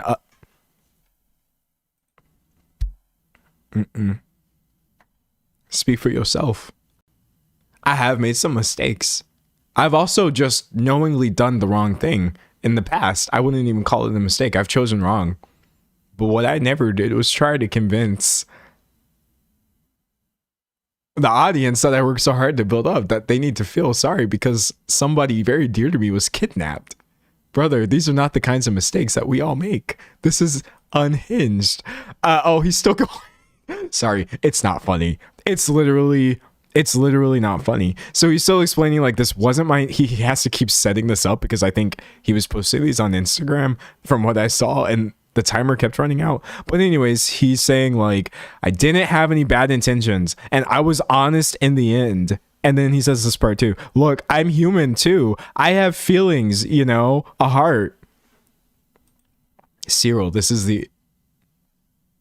he's like so close to understanding what was actually wrong with what he did. I feel like his initial apology, I wasn't buying it, but I was like, okay, maybe he does understand. But this like follow-up crash out is showing me, oh, he really doesn't think he did anything wrong. He really doesn't think, he doesn't understand why people are mad at this. So anyway, he's saying, etc., etc. Oh wait, hold on. This is a rough translation, but essentially he's saying all those same people, those influencers who turn their backs on me, even though they say things like "don't harass me," they call me a POS in their videos. The hypocrisy of that word is ridiculous. Oh, he talking about me. He talking about me right now.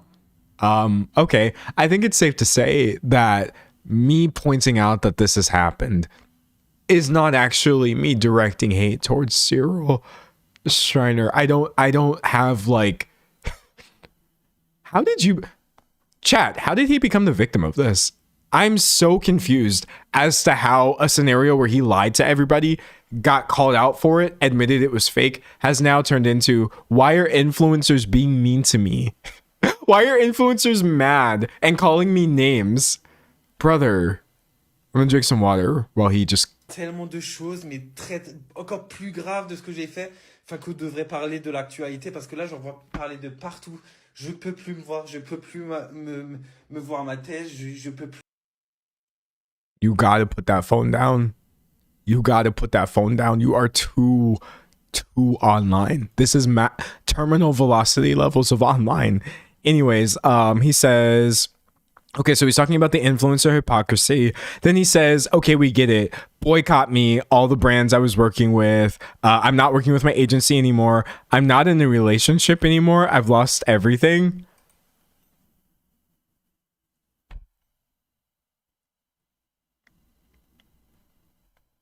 I really hope he doesn't blame us for that. Actually, imagine losing your partner because you faked the kidnapping of one of your own dogs. That is a level of what are you on that has nothing to do with the internet, buddy. That is something that you actually need to get some help over. That is insane. Anyways, I wasn't even thinking about that aspect of it, if he's being honest about that. Anyways, he says, yes, still talking about the influencers, blah, blah, blah, boycott me. Okay, what else does he say? Oh my God, wait, this is really funny. Hold on. My outline is glitching. Hold on, I'm going to try to pull it back up. What was he saying about Louis Vuitton? Control F. Yeah, so he's like, there's people who have made 15 videos about me and they tell me I'm just trying to get attention when it's them. In every video they talk about me. They get 500,000 views, but they didn't want to donate their earnings to charities. They have no idea what they're doing. They'll just keep it in their pockets and buy Louis Vuitton.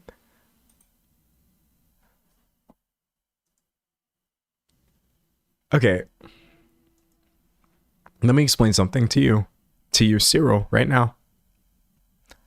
I'm not going to take the money I'm making from this video and use it to buy Louis Vuitton. I'm not going to do that, actually, because Louis Vuitton is just ugly. I really hate this brand so much, and their just continued popularity. Trust me, my taste is way beyond LV. We're not finna do that. I might use it to buy something else, I won't lie, but this is so funny. This is so funny. And also for his assertion that like we wouldn't donate to charity when he's donating to charity or whatever. This is unhinged. I would donate to a charity. I would do that. I don't have to do that though, just because you faked the kidnapping of your dog. This is so painful. Anyways, moving on.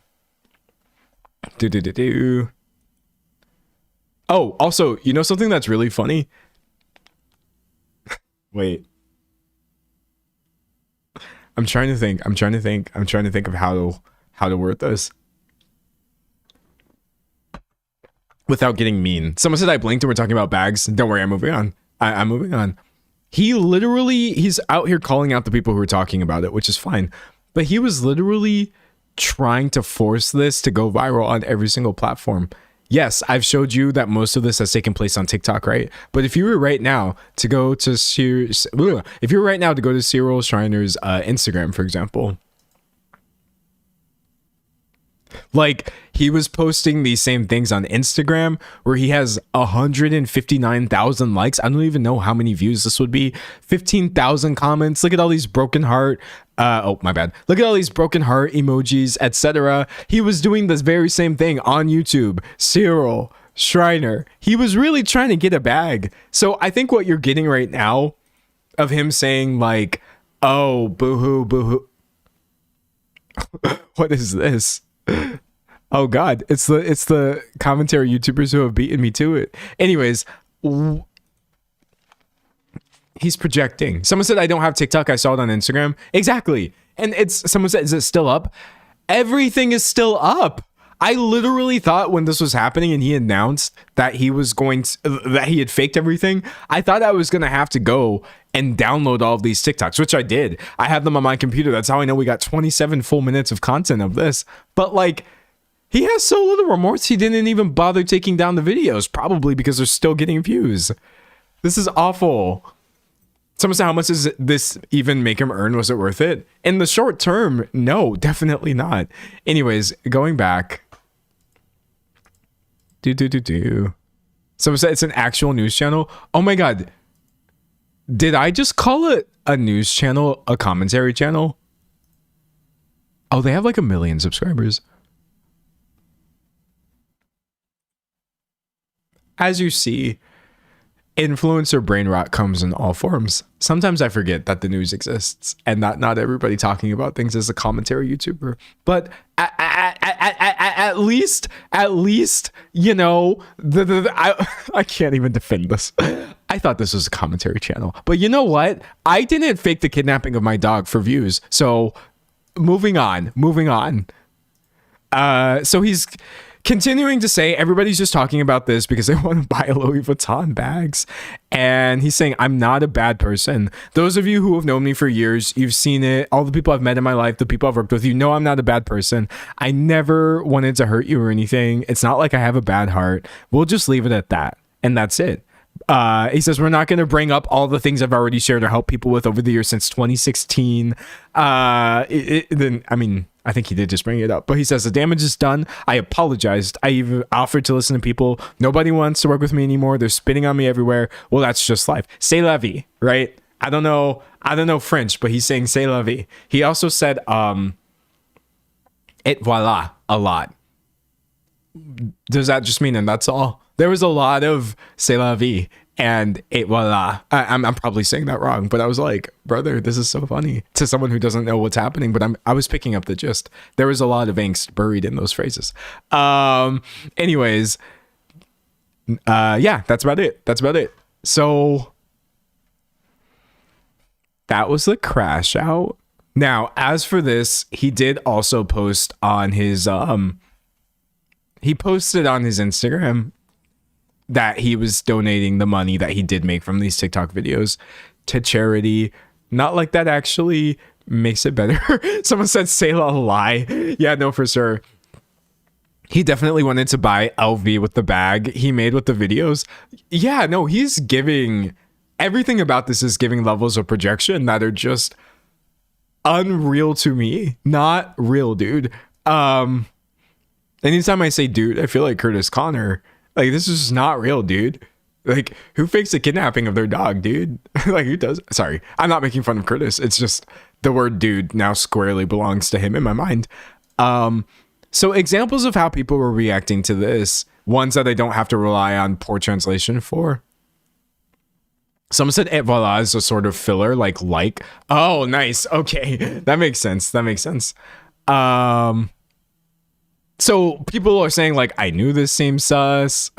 You have a dog looking like it was sus. This is on a post from US Weekly talking about this. Someone said I was a fan. Now I'm done. Why play about Albert's safety like that, etc.? Someone said he didn't donate anything. True. He said he was going to donate. But I don't really think this person's to be trusted. I won't lie to you. We were so sad for him. That's so sick. It's wrong. We were worried. We were praying. We cried. Bad dog, dad, etc. It's just awful. Someone said this actually really triggered my mate whose pug was stolen and never returned. I won't be showing him. It was a lie. It's not cool. Like, it's just, they're covering it for me. And yeah, if you were to look now, this hasn't gone, or the people are talking about it a lot online. It's not something that's really been picked up too much outside of it. I think, again, because most of this has happened in French. But look, here you are in People magazine. Influencer admits he faked his dog's kidnapping. I wanted to create entertainment. Here you are in US Weekly, etc. And I'm like, brother, you really just ruined your entire career. You genuinely just threw this all away for nothing. If you look right now at his stats or whatever, which you can't because Social Blade is forcing me to log in. I don't want to log into Social Blade, actually. I would rather do anything other than log into Social Blade right now just to show you a number, but I'm going to do it. I'm going to do it because we go from primary sources here. Let's see. Even though Social Blade would technically be a secondary source. Just wait. I'm trying to remember my password. Save me, Lord. Oh no, invalid credentials. Wait, take 2. We're so back. We're so back. Anyways. Yeah. It's not looking great. You usually don't want like thousands and thousands of people unfollowing you. Whatever he was trying to do, clearly he didn't think this through. It's actually much, much worse on TikTok where, oh my God, please stop. I hate Social Blade. Minus 100,000. Minus 100,000. Losing hundreds of thousands of followers at a time is crazy. But with that being said, if we're being honest, it's probably likely that none of this is going to happen. Or I'm sorry, it's probably likely that nothing is actually going to happen to him. He'll be fine. If you look at Albert, he's still cute. All you really have to do is keep filming the dog and hope that your new audience doesn't know about that one time you faked Albert's kidnapping, and he'll probably get off scot-free. With that being said, I want to kind of show you this guy's like prior content. I feel like it contextualizes a lot of this because many people only knew him for his dog and they didn't realize what kind of dude this was in the first place, right? But as he said many times, he's been making videos for years. He's made all this money, etc., etc., etc. Brother, he was the exact kind of YouTuber who would fake the kidnapping of his dog. I looked at his older content and I'm like, oh my God, you were one of those YouTubers? These are the videos that you're so proud of. Just like weird, like prank content. For example, the Orbeez incident. Orbeez, Cyril Shriner. I think the last time he went super, oh, did I call him? Someone said Orbeez incoming. Yeah. The last time he went super viral was for dumping a bunch of Orbeez in his tub and then claiming apparently that he let them all go down the drain. It actually was insane. I don't know how many of you were here for the Orbeez guy incident. I didn't even realize it was him, actually. I didn't realize that this was the same dude until I was looking into this and I was like, what?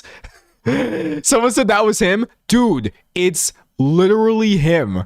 It's this guy right here. This is the exact kind of person who would fake the kidnapping of his dog.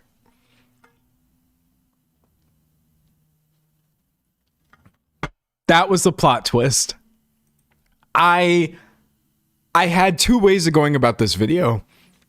I was like, I could either try to make it seem like a plot twist by acting like the fake dog kidnapping was real and then revealing that it was fake. But I was like, that's going to be stupid. That's not good content. We can already tell this is real.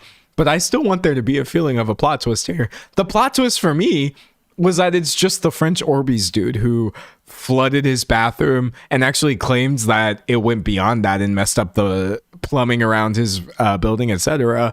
An absolute mess of a video for sure. And you kind of already have people talking about like, was this even real? Some people saying, oh, this may be fake. I don't care if it's fake, etc.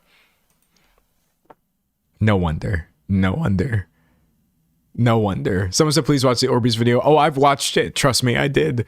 It's hilarious. Regardless of whether it's real or not. But yeah, the crashing out, the making stupid decisions that don't work the way that you thought they would, all of this has been in the cards.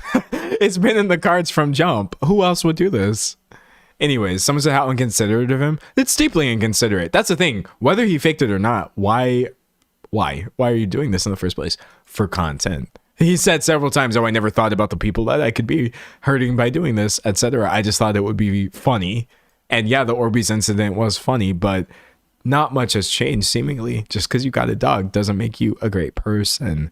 Anyways, looking at my outline,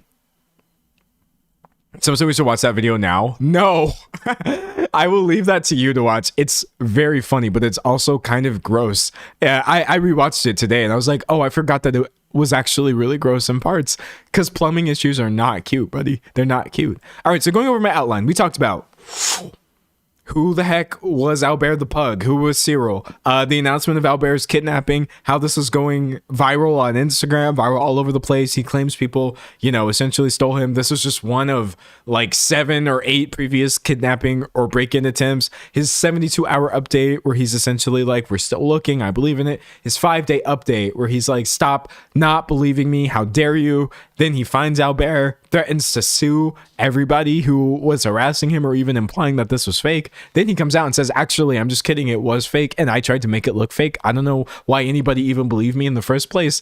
And I'm sorry. And then comes back again and says, actually, I said I'm sorry, but all of you need to stop being mean to me, the victim in the scenario. And then just to find out that this is literally the Orbeez guy. That's all I have. That's all I have. Someone said, do we know why he specifically was sending people to Snapchat? I would imagine it has to do with money, probably. Honestly, hold on. This is a part where I can't give you too much detail because I'm not posting anything to Snapchat. I don't think I have anything posted on Snapchat. But Snapchat's creator programs, he was claiming he was just doing it because he wanted to, like, I don't know, be his real authentic self. But I'm telling you right now, Snapchat does pay, and it pays more than people realize. Now, they've had a lot of issues. I made a video right here on this channel about how Snapchat was paying too much to creators and it was going downhill because they weren't making that much money or whatever. But I wouldn't be surprised if he's trying to take advantage of some of Snapchat's ridiculous creator spend to try to get funnel people over there where he can make more money than he was making on TikTok. Because as he showed, he actually did only make a few $100s off of TikTok videos. They don't pay that much at all. That's my assumption. I can't say that for sure. That's why it wasn't a point in my outline. But I was like, you definitely are just trying to monetize your Snapchat audience. You're not slick, buddy. You're not slick. Since he said it was his favorite social media. Yeah, no. I'm so sorry. Snapchat is not your... No. Anyways. Do we have anything else?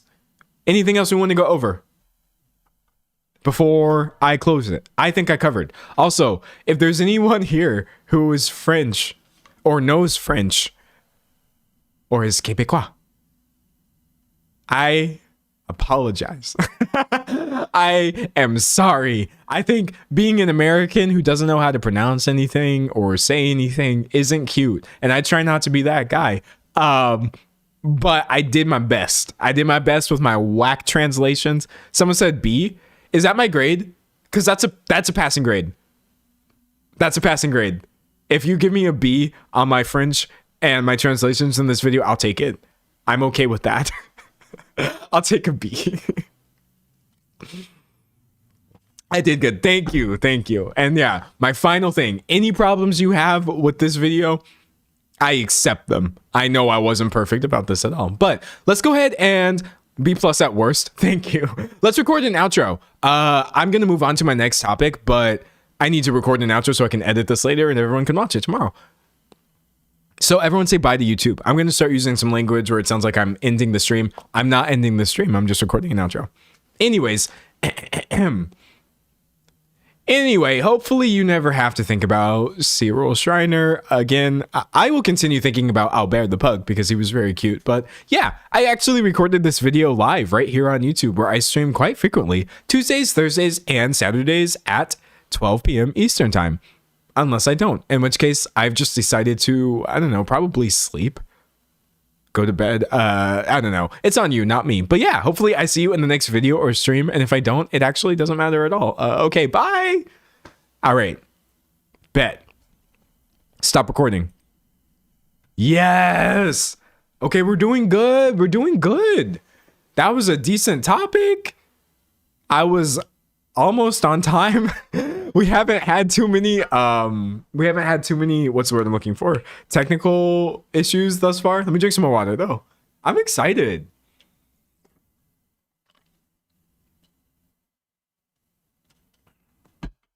All right, before we get into the next topic, just want to chill for a little bit, just decompress a little bit, because the next topic is racism. Oh no, it's racism. What do we do, chat? What do we do? But yeah, before we get into that, man, I can't believe I'm having fun. I can't believe I'm having fun. Also, if you're just joining the stream, I'm going to tell you about this lady who got fired from HGTV, because I'll show you the video and you'll see why. It was a mess. It was a mess. Oh my God, it was so bad. Not good at all. Can I share sad news? Can I share sad news with you all? Did you see that the actor from Dawson's Creek passed away? I was like, what?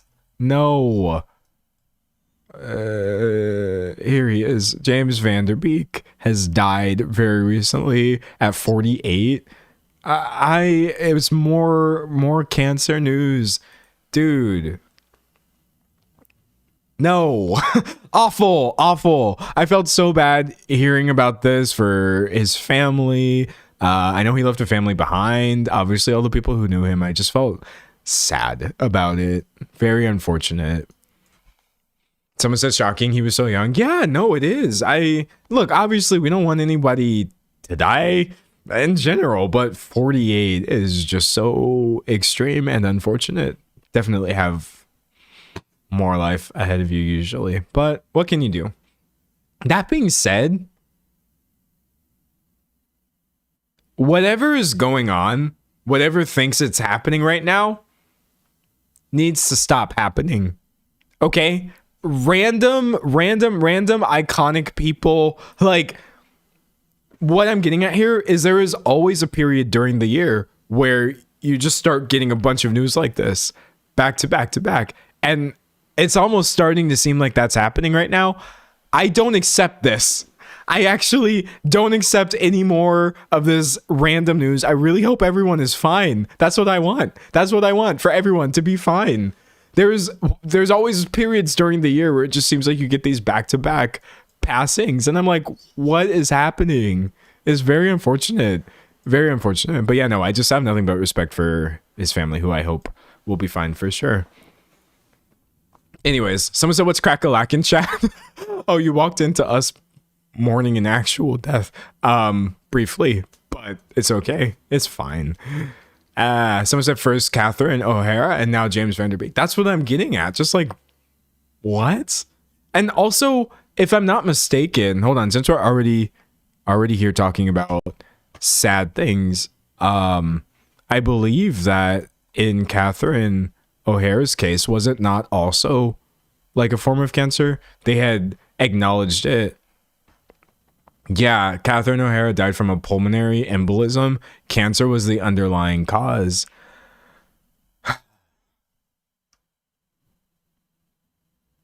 Yeah.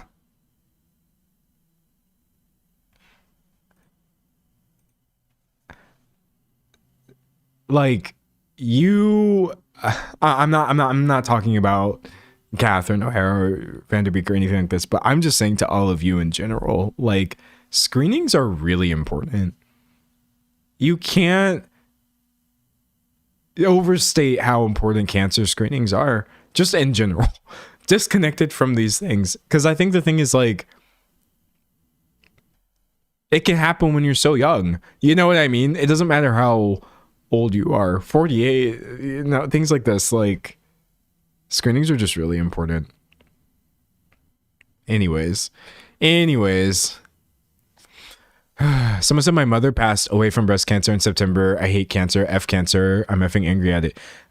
I'm sorry to hear that. I'm very sorry to hear that. It's upsetting. It's angering. That's an understandable reaction.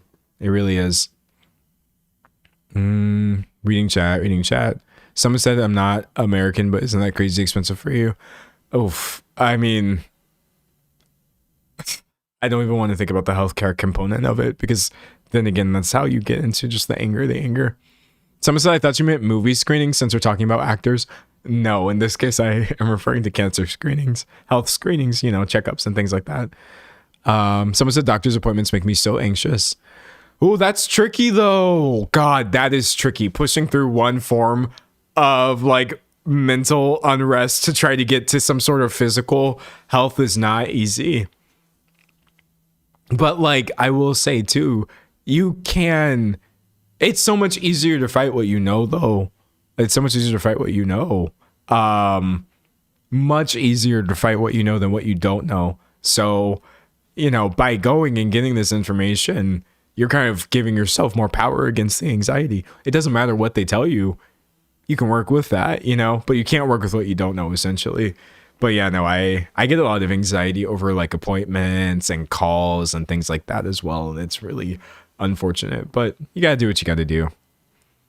Someone said felt the doctor anxiety. I haven't been in 10 years. Ooh, I wish more people would talk about this.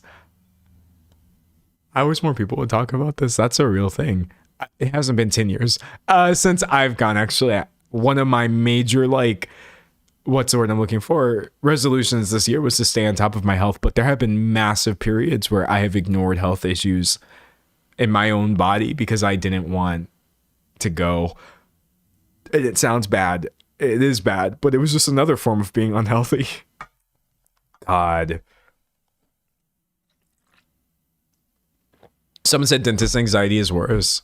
Oh my God. For me, it was worse as well. Thankfully, right now, my teeth are fine. I'm quite happy with my teeth, but I've had some really whack, awful things going on. I've pushed through a lot of tooth pain because I didn't want to go to the dentist. I'm just telling y'all, it was the wrong answer. Things were so much worse for me. The thing that I was worried about happening was already happening to me. Oh my God. Please do get your teeth checked out. So many things can be going wrong. Oh my God. Someone said I hate doctors because I feel like they just gaslight you and tell you to drink more water. Well, a lot of doctors are pretty terrible. Oh, hold on. Disclaimer. I love medicine. Science is good. You should be following these things. What I'm getting at is that doctors are human beings, and a lot of them actually, unfortunately, do dismiss you, or they don't listen to things that you're saying, or they don't believe you about your own problems, etc. But you just have to keep going. You can't, one person being like this or a string of 5 people in a row. You got to find that 6th person who will help you, essentially. Because it's wrong. what these doctors are doing. Someone says drinking water is important. Well, drinking water is important for sure. But yeah, no, they are incorrect if they are dismissing you and not taking your health seriously, and you're trying to explain things that are real in your body. You got to keep going. It's bad. Someone said they have egos. Yeah, no, for real. Definitely. Reading chat. You have to advocate for yourself. It's the God complex for me. You definitely do get some arrogant doctors who are like, well, I went to school for 10 years and you're just a layman. And so, you don't have a medical degree. And I'm like, that's crazy because the pain is in my body, not yours. But anyways, reading chat. Took years and thousands of dollars for my autoimmune diagnosis. That's just wrong. It shouldn't be that way at all. I'm sorry, but I am also glad that you got the diagnosis. Hopefully from there, it's easier to move towards getting help. But yeah, this is what I'm talking about, of people just not listening. You don't know everything. You don't. It doesn't matter how many things that you know. You don't know everything and you can't know everything, especially not about other people and what they're going through. Some said this is a very important topic. Well, it is because it's disproportionate. Doctors will discriminate against you, whether it's consciously or not, on the basis of many things, including race, gender, etc. These aren't, look, I'm not being that one friend who's too woke, right? This is definitely things that have been studied, that have been looked into. It's healthcare is already an absolute mess, but it's also not created equal for all people, which is completely messed up. But yeah, no, getting invalidated because of things that have nothing to do with your health is just a mess.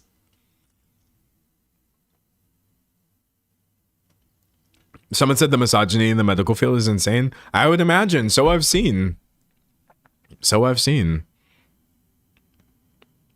Capitalism puts the hell in health. Yeah, I would have to agree with that. All right. Anyway, someone said, are you live on Twitch too? I am not. Right now, this is the only place to find me. Let's go ahead and get into the next topic though. I wanna get into it. So this is not a video. I'm not gonna record it. I'm just gonna go ahead and actually I have it on my phone. So it's just so stupid, man. It's so stupid. But it's bad, but it's stupid. So the first thing I'm going to do is show you her reaction. I guess it was TMZ. Listen, using TMZ as a source is awful, right? But she gave this statement to TMZ, so I'm going to do it. TMZ HGTV slur. Of all things to search for. Okay. I'm sorry I blurted the N-word, says HGTV Nicole Curtis. I'm sorry I blurted the N-word. So she tells TMZ, I want to be clear. The word in question is wrong and not part of my vocabulary and never has been. And I apologize to everyone. She says she was unaware of HGTV's decision to pull the plug on her show on the same day it was set to return to air after a hiatus. She fumbled the bag. Someone said, who is this lady? Oh, if you're not familiar with HGTV, it's actually quite iconic. I mean, over here, for us, it's just like this network where people do home improvement projects, selling houses. I think the H and G are for like homes and gardens and stuff. You get all these really popular people, like the Property Brothers, for example. Do you guys know about the Property Brothers? Sometimes I feel like I hallucinated them. I think the Property Brothers are HGTV. I think. Yes. Okay. The Property Brothers, HGTV has also given us, do y'all know Chip and Joanna Gaines? I think that's the guy's name. Yeah.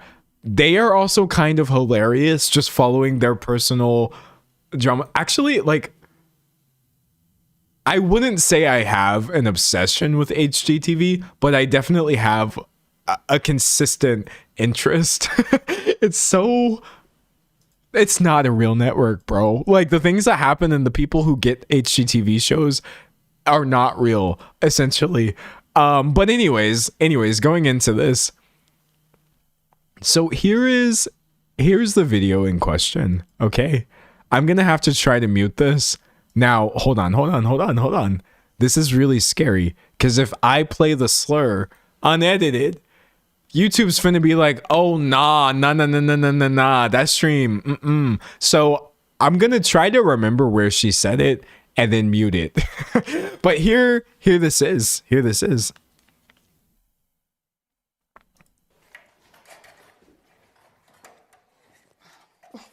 Why? It's my last one. Oh. Is that I just said, oh, Nick, you gotta, can you kill that? No, I got 35 minutes. I can't kill it. Oh, fuck my life. So she makes a mistake or something, whatever she's doing. I don't know. I'm not a weekend warrior. I'm not a home improvement guy. And then she says, oh, fart N-word.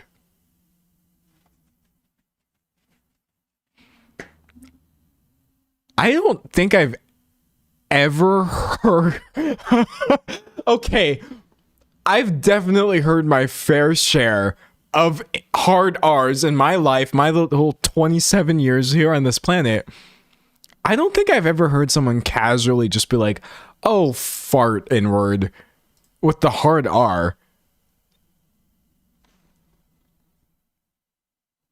And then the immediate freak out of like, what did I just say? Hold on, let's go back.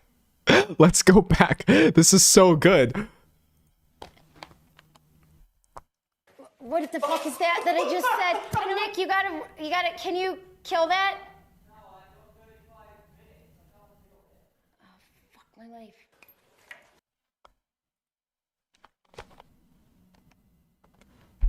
What? So she's claiming that that was not part of her vocabulary. Nicole, can I call you Nicole? I would argue that this phrase is only part of your vocabulary. You are the only person for whom this phrase is a part of their vocabulary. What? Okay, anyways. She says, I'm grateful for the 15-year journey we've shared with HGTV. It's been a meaningful chapter, but my focus isn't on my career. My focus at this moment is rightfully on my relationships and my community, the people who truly know my character and where my heart is. The KKK? Is that where your heart is? I'm sorry. This is insane. Who speaks like this just casually when they make a mistake? Anyways, besides this, we also get, let me see. Was it People Magazine that I had for my third source reporting on it? Yeah. Okay. So, her freaking out about this, like, what the F did I just say? It's too late. It's over. She lost the show. Nicole, HGTV. Everybody is talking about this now. It's done, been canceled, which, by the way, really sucks for all the people who were working on the show that were not just randomly spouting racist stuff. I don't think that's good at all. Hopefully they immediately were able to go on to the next liminal HGTV hellscape that they give us. But yeah, no, I was like, there's no way. There's no way. And why are you talking to Team Z about this in your text messages?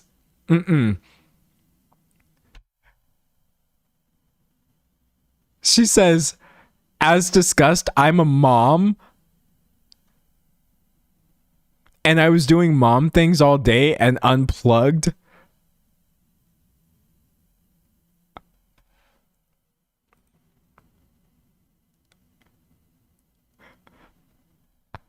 I've never heard anyone use that as an excuse. I've never heard anyone. This is the first. We just got a new excuse for racism. This is a big deal. This is a big deal. People have been using the same excuses for racism for longer than I've been alive. I have never, ever heard anyone say, oh, that word is bad. It's not part of my vocabulary. I apologize. And the very next thing they say is, as discussed, I'm a mom. And I was just doing mom things all day and unplugged.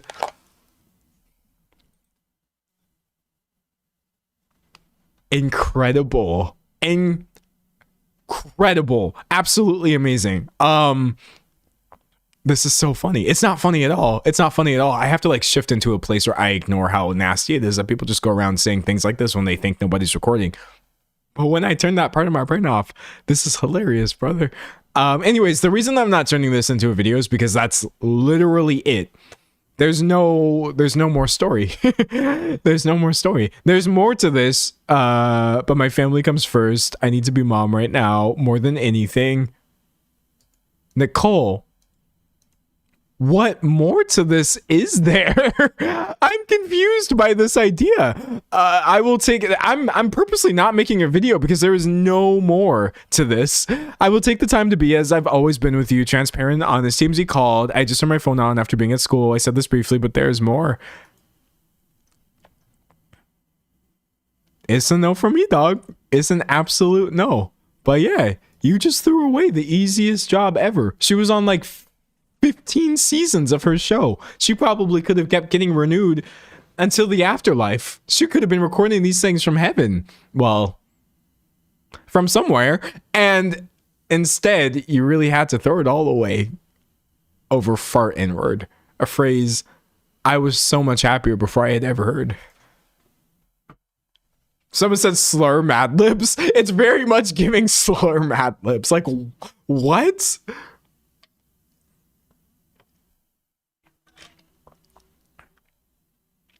Someone said, can you cover the Beckham family feud? It's just rich people fighting and I have no idea what's going on anymore.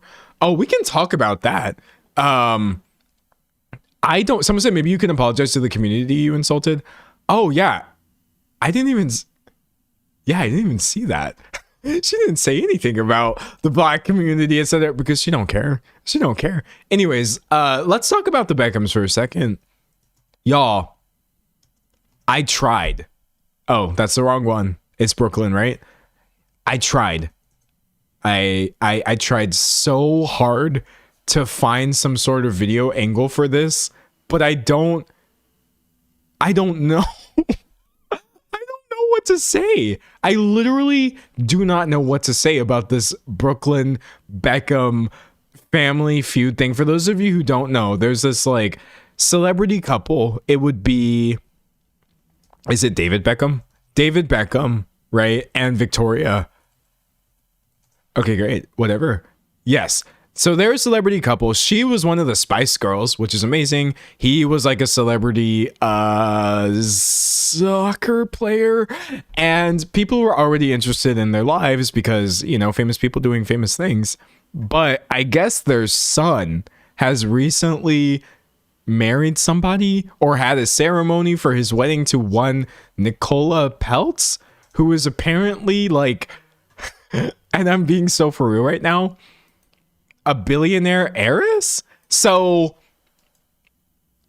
Spice Girl plus soccer player spawn Brooklyn Beckham, who is now in some sort of family feud over maybe his parents not agreeing with billionaire heiress lady or her existence. I see a lot of people online saying that like she is bad, which yeah, I looked into and I saw what people were saying. That I see people online saying that like, oh, Brooklyn's handling this poorly, he's handling this well, etc. David and Victoria are doing things that people are reacting to, and I'm like, I know I do. I cover entertainment, I cover celebrity, but this is so far out of my wheelhouse. I'm just like, I don't even know. People are asking to see Brooklyn's photography. Okay, the photography is awful though. Hold on. So Brooklyn Beckham has essentially had like a string of what some would say are failed careers. Maybe a more charitable version of that would be finding himself and what it is he really wants to do, right? Because when you're born to people who are like richer than God, what does one do? Well, in Brooklyn's case, he tried photography and it wasn't good. This is maybe the only thing that I thought was funny in this entire quote unquote drama. Is this photo from Brooklyn Beckham's photography book, Elephants in Kenya, so hard to photograph but incredible to see. Brooklyn. I don't even actually know how you take a photo this bad. You basically have to try. You have to try this. How did this make it into your book? How did this make it into your book? No, that is really, really, really funny. That is pretty funny. So you're getting my, by the way, if you've ever wondered like what it would sound like if I talked about something without actually trying to like do research and get the full story, it comes across this way. Other things I know are that Brooklyn claimed that his mother Victoria was being inappropriate at his wedding and it was supposed to be his and Nicola's moment. I'm going to tell you right now, personally, I believe there's absolutely no point in me speculating on who is telling the truth because I wasn't invited. I wasn't invited to Brooklyn and Nicola's wedding because I am some random person on YouTube. So he's saying one thing, people are denying other things. Oh, and Mark Anthony is involved. I just remembered that. Right. So, listen, I'm being so for real right now. Sanger Mark Anthony, who you may be familiar with, I definitely am. I feel like he's kind of iconic, was there. And apparently at one point he had like called someone up to the stage. There was confusion over why it was Victoria, etc. Again, these are secondhand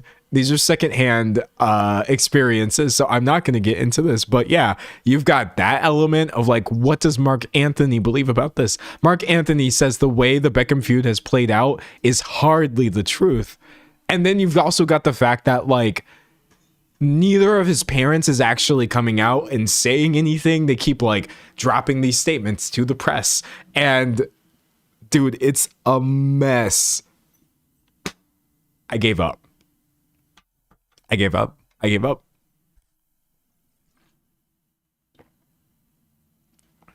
Someone said lifestyle of the rich and famous for real. There was pretty much only one point that I could have made about this, or only one opinion that I actually had. And it was in Brooklyn's statement. He essentially went no contact, right? If I search Brooklyn no contact, look, it comes up right now. You have people describing Brooklyn Beckham against his parents in the age of no contact. This has been framed as some sort of idea, or like it's a cultural movement right now where young people, they're not afraid to cut their parents off, right? Because one of the things that he said essentially was that he doesn't want to reconcile with his parents. He doesn't want to talk to them, etc., etc. And I'm like, okay, this is an interesting angle, but I find this to be kind of stupid framing, because personally, I don't feel like this is a Gen Z thing. How old is Brooklyn? Brooklyn Beckham age. Oh, yeah. He's younger than me. Oh, God, what? So just Gen Z, right? Very much Gen Z. I've noticed like the mainstream talk about this, trying to frame this as like, oh, look at this. Why are so many young people going no contact with their parents, etc.? Oh, here, another one. David and Victoria Beckham. Oh my God, come back. Dude. David and Victoria Beckham learned the hard way. Modern kids go no contact with no guilt or stigma at all. I feel like people have always been doing this. Unless I'm completely missing something. I definitely know people older than me in previous generations who have had to go no contact with their parents. And also the answer to this is just that, like, because a lot of parents really suck. So bad, actually. Some of the worst people I know are other people's parents.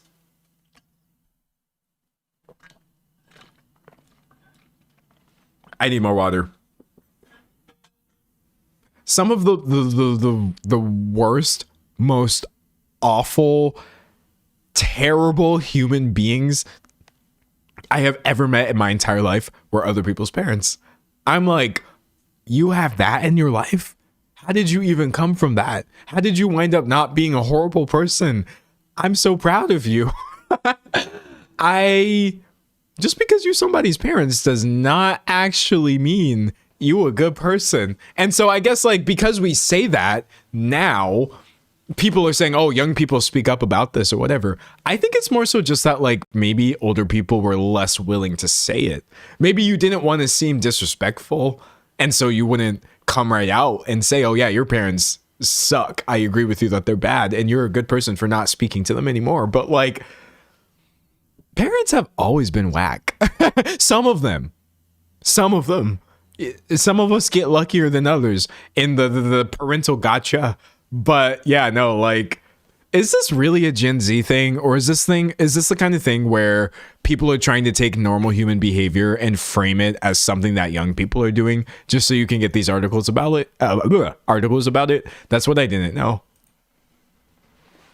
Someone said they just called it being estranged back then. Exactly. That's how I felt. How many times have you heard like, oh, he's estranged from his parents?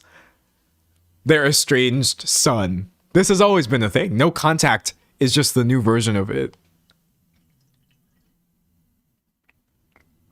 Someone said, have you heard his brother is dating his ex-girlfriend? No. I haven't heard that. The brother's dating the ex-girlfriend. I can't talk about that because that's currently for me an unverified rumor. I will tell you this though. I will tell you this.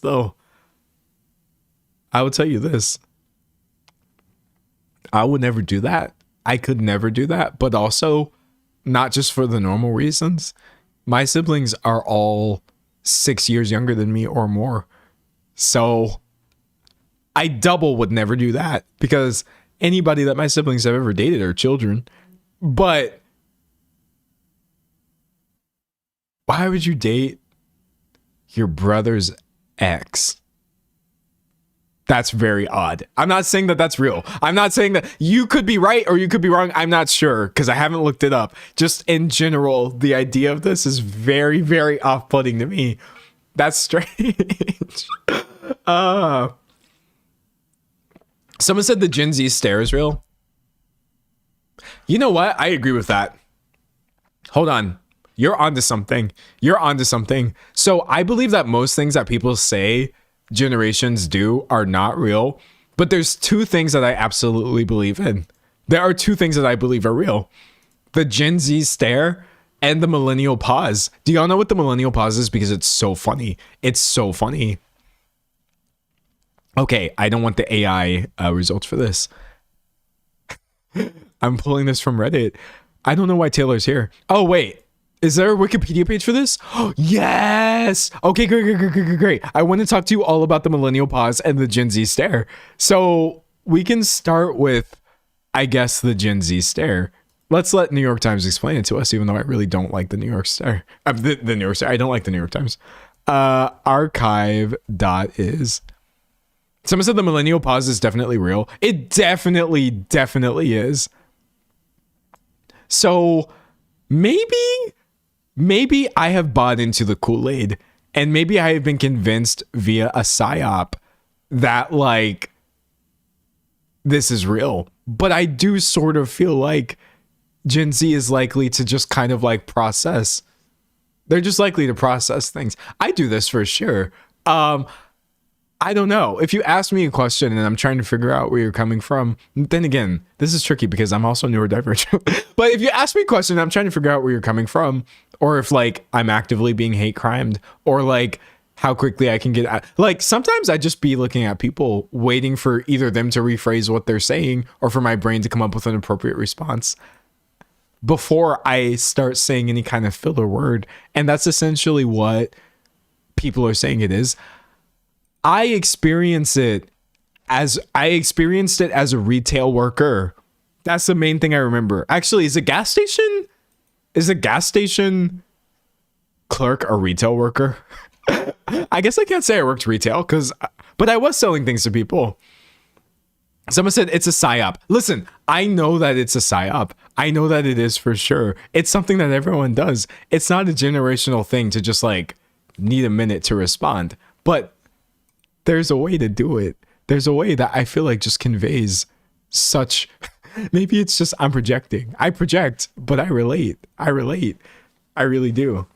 Anyways, someone said as a Gen Z, I have no idea what you're talking about. It's not real, or it is real, and it doesn't even matter. But essentially, that's one thing. But listen. I will accept that this is unconfirmed. Even though I feel like I experienced this and I know what it means, if you say, no, I still don't think that's a real thing, that's fine. You will never, ever complain. You will never, ever convince me that the millennial pause is fake. This is real. This is not a psyop. And it's not even a bad thing. I'm not here to make fun of millennials. I'm 27 and I'm almost a millennial. Essentially, it's where you start recording a video, and before you start recording the video, you're like, here, I'll give you an example. Okay. I'm going to go to somewhere where I'm not. Here, let me go to my PC and then turn off my chat or myself. Okay, great. So I'm going to close this and then I'm going to give you an example of the millennial stare. Hey guys, I'm here to talk to you about today's top. That's a millennial pause. Let's do it. Let's do it one more time. One more time. One more time. One more time. One more time. Hey, I wanted to talk to you today about the millennial pause. It's a real thing. It is a thing. I don't know, like, what is it about the age range specifically? It's hilarious. It's hilarious. Someone said I can never start talking at the. See, it's real. It's a real thing. I don't believe, like, I'm not making fun of anybody by pointing this out. I'm just saying, once someone started pointing this out to me, I was like, oh my God, this is definitely a thing that some older people do. That is really, really, really funny. Someone said there used to be a delay. I believe that there used to be a delay, and that would explain it. If you're used to using, like, I guess phones that take a second after you press record and you're unintentionally including, like, you know, a bit of space or whatever, I guess that would make sense for why you're waiting. But, like, that is so funny. It's so funny. Someone said very prevalent in Gen X. Yes, I would say it starts at millennial and then just goes all the way. Oh, careful with that hand movement. It starts at millennial and just goes all the way over to the previous generations, etc. Oh my God. No, it's really, really funny. It's hilarious. I just think it's cute, honestly. Someone said thoughts on chivalry. What is chivalry? I don't know what chivalry is. Like, I guess I'm still gone. Hold on. Come back. Okay, I'm back. I guess if I had to think of what chivalry was before looking it up, it's like being brave? Brave? No. That's chivalry is like being respectful to people, right? Being courteous, or yeah, politeness, I guess. Chivalry meaning. Oh, the medieval knightly system with its religious, moral, and social code. Okay, obviously I want the second sense, which would be the combination of qualities expected of an ideal knight. Okay, so courage, honor, courtesy, justice, and a readiness to help the weak. So, like, this is really tricky. Merriam-Webster's going to explain it. Okay, thank you, because I need an explanation. Chivalry is dead, they say. The statement is indisputably true in at least one sense. It used to refer to one thing, okay, it refers to another, blah, blah, blah. Today's chivalry typically refers to an honorable and polite way of behaving, especially by men towards women. Okay. And when people say chivalry is dead, they're usually bemoaning either a perceived lack of good manners among those they encounter generally, or a dearth of men holding doors for appreciative women. That's interesting. That's interesting. Let me drink some more water. So I would assume, I see right now, you're saying you meant to women. This idea of, like, men being courteous to women in general. That's an interesting topic. I will say, for me personally, I just straight up don't treat anybody differently because of their gender. And maybe I'm the reason that chivalry is dead. Well, I mean, first of all, I do treat people differently based off of their gender unintentionally. It's pretty hard not to do, but I've tried to unlearn many ways in which I do that. But yeah, no, like ladies first or stuff like that. Nah.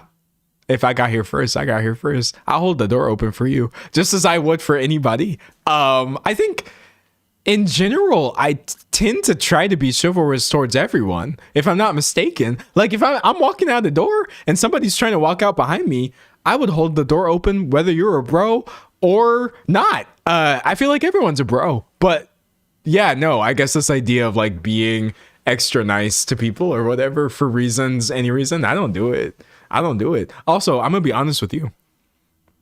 Someone said I love holding doors for men. They get confused. No, they do. I hold the door open for everybody because I just find, like, it's polite. But I'll be real. Let me be real about this.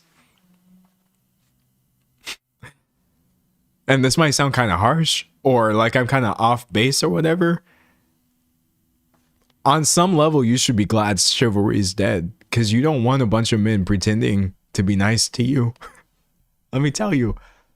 There being a massive misunderstanding. Chivalry has convinced a lot of people that They're not horrible misogynists, actually. They're like, oh yeah, I treat women with respect. I was raised to do that, especially in the South. As a boy, I definitely was like, you have to treat women a certain way or whatever. But nobody was actually addressing the underlying issues that I had of like internalized awful stuff. So chivalry is like an excuse. It's where it stops for a lot of people. It's much better to just let go of all of that. Let's just let there be no pretense. That's how I feel. Someone said, don't be fake nice, be real kind. Exactly. That's my quote, by the way. Anyways, someone said bro and not the two genders. Exactly. There's only two genders. Are you a bro or are you not a bro? But yeah, no, like, I don't know. There's so much talk online about like women and men and like dating and the things that women do and the things that men do.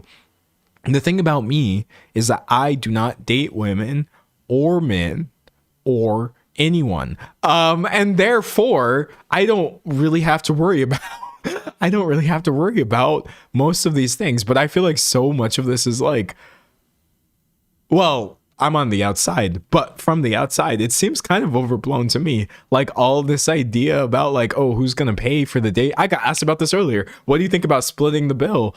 I'm like, I don't know. Whoever has money. I don't associate these things with gender for some reason. So I just feel stupid looking on the outside of like the complexities of dating or whatever. It doesn't seem like I'm missing much. Excuse me. It doesn't seem like I'm missing much. Someone said, as a butch lesbian, I love being chivalrous. Yeah, be chivalrous to everybody, for real, for real. Someone said you don't want to get married. I don't know, do I? That was a trap question, though. I mean, I don't even think it's a trap question. What do you think about splitting the bill? I don't think it's a trap question, because my answer is literally just like, I would assume that we're splitting the bill. That's me. If I would also never take someone somewhere that they like couldn't afford.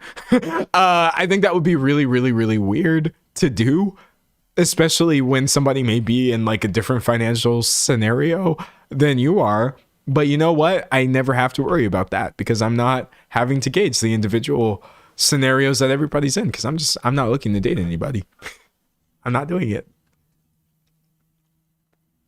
The answer is always, I don't know, bro. It depends. It literally is. It literally is, for me anyway. Someone said being chivalrous is a great way to make friends.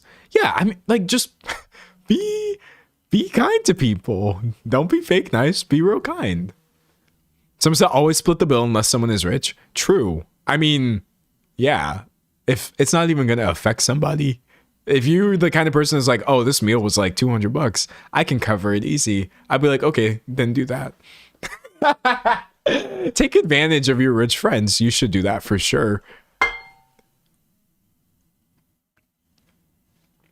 Someone said, talk to your date about who's paying. Yeah, okay. That is another thing I have never, ever understood. Is couples' tendencies to not talk about really obvious things, where it's like, if I'm even getting the hint that like, oh, we might possibly be in a relationship or something like that, you know what the first thing I'm asking you is, what are your thoughts on children? You're like, this is the second date. Why are you talking about children? I'm like, because why would we not talk about this? I don't care if I've known you for 5 minutes. I need to know where you stand on these things. What are your thoughts on splitting a bill? What are your thoughts on money? How do you feel about jobs? Do you like having a job? Like, I have no bar. I have no limit to what I would talk about early on in a relationship. I would never be that kind of person who's like, oh, I don't want to jinx it because things are going so well. I don't want to complicate it. Baby, let's get really complicated really quickly. I need to know your exact opinions on these things. I'm not finna be surprised. You're not finna surprise me when I find out that you thought that we were gonna have 5 children. I wasn't gonna have 1. We've been together how long and never discussed this? Oh no. No. Oh my gosh. Somebody said, let's not waste time. Exactly. And if I'm scaring you off, Good. Oh, good. I scared you off on the second date because I tried to get you to give a clear yes or no answer about whether you currently have intentions of having kids within the next 5 years, and you got scared off and ran away. Good. So much better than leaving things up in the air to surprise us all later. Someone said, what about half a child? Half a child. 2.5 children. That's how many we can have. But no, my answer is 0 personally. Someone said, I do the same. Excellent. Normalize serious conversations. Please do. For real, for real, for real. Someone said Reddit / I just found out my husband of 15 years is a Republican. Oh, wait. Speaking of that, chat, I kind of wanted to go back to Reddit because I haven't gone in a month. Listen. I'm not going to be one of those people spamming Reddit content at you. I don't want to run my channel that way. I have so many other things to talk about. But I kind of wanted to go back to the Reddit. I feel like once a month is okay. That's an acceptable amount of time to go to the Am I the A-hole Reddit. I'm not constantly trying to like force this content. There just are some really funny things on there. I want to see what people are talking about. Are you all okay if we do this for a second? Y'all are okay with this? Listen, we know it's rage bait. We know it's fake. I know that people are lying. I'm not here to pretend like I believe these stories. I just get so entertained. All right. I see some people are kind of here for this a little bit. A tasteful amount of Reddit. So let's go ahead and sort by top for the last month. I would have missed all of these posts right here. Okay. I'm excited. I'm not going to read all of these, and I'm not even going to, like, if they're long and I just don't feel like doing it, I'm not going to do it. The top posts that people were freaking out about the past month would be, would I be the a-hole if I asked my daughter's preschool teacher not to put the extra clothes that I sent for her on other students?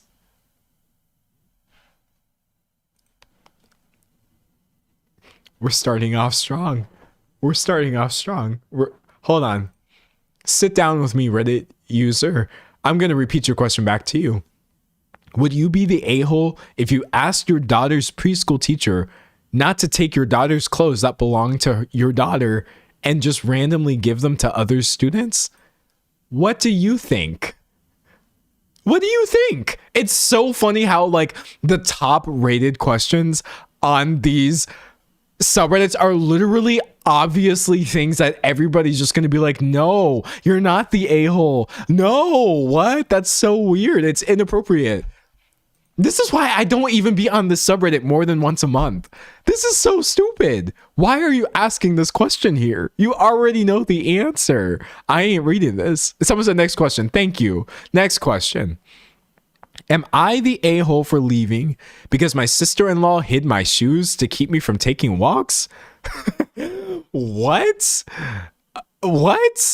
Oh, this person right here said, I did not expect to be told that I'm not the a-hole to this degree. Person, you came on Reddit and said that essentially your sister-in-law has stolen your property in an attempt to keep you in your home. But you didn't expect us to say you're not the a-hole? Someone said karma farming is giving karma farming. Moving on. Let's see. Am I the a-hole for telling a woman at the gym to stop filming because I kept ending up in her videos? Brother. You know what it is? It's like this subreddit is just a front for people's general dissatisfaction. People are generally dissatisfied with influencers filming at the gym, as they should be, because that's disgusting. Not okay to film people without the permission ever, but especially not when they're in the privacy of a gym. People are generally dissatisfied with the concept of in-laws all the time. They're dissatisfied with weird teachers doing weird things. And so you have people either faking stories, posting things that they know people are going to react really strongly to. And everyone's like, not the a-hole. You were not the a-hole, not the a-hole. Duh. I just want one good one, bro. I just want one good one. Am I the a-hole for not moving back in with my dad just because he got divorced? No, you're not. Your dad will live. Your dad was old enough to get divorced, and you're old enough to have a choice of where you live. That means your dad is like, what, 50, 45? He's not a baby. Hold on, wait. I want to get into this. Someone says sort by controversial. Well, wait, can I do that from here? Or do you mean just like sort by... Oh, do you mean like the comments themselves? I feel like if I do that, I'm just going to get mad. But look. I kind of want to get into this. Am I the a-hole for not moving back in with my dad just because he got divorced? Oh, so this person is 16. My mom died. Sort by controversial. What am I sorting by controversial? Like the comments? It's not a... I can't do it. Chat, look, there's no way for me to sort the comments. Do you see that? I should be able to do it right here, right? Yeah, I don't.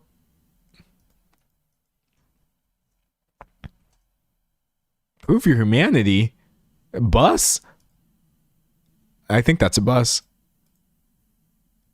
Oh, okay, I can sort it now. Wait, that's so weird. I have no idea why I cannot sort the comments.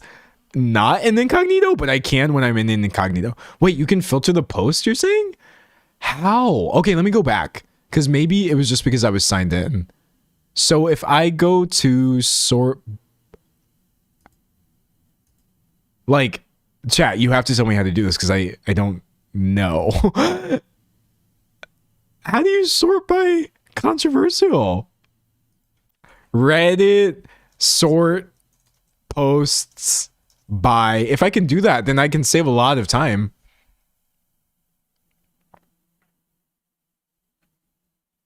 Reading chat. Someone said, who's driving this bus? How can I sort by controversial? I've seen a lot of people talking about doing this. Has it been removed? On the desktop, you randomly have to type. You have to change it manually in the URL. Oh my God. This is... Okay. So if I go back here and then I just put controversial.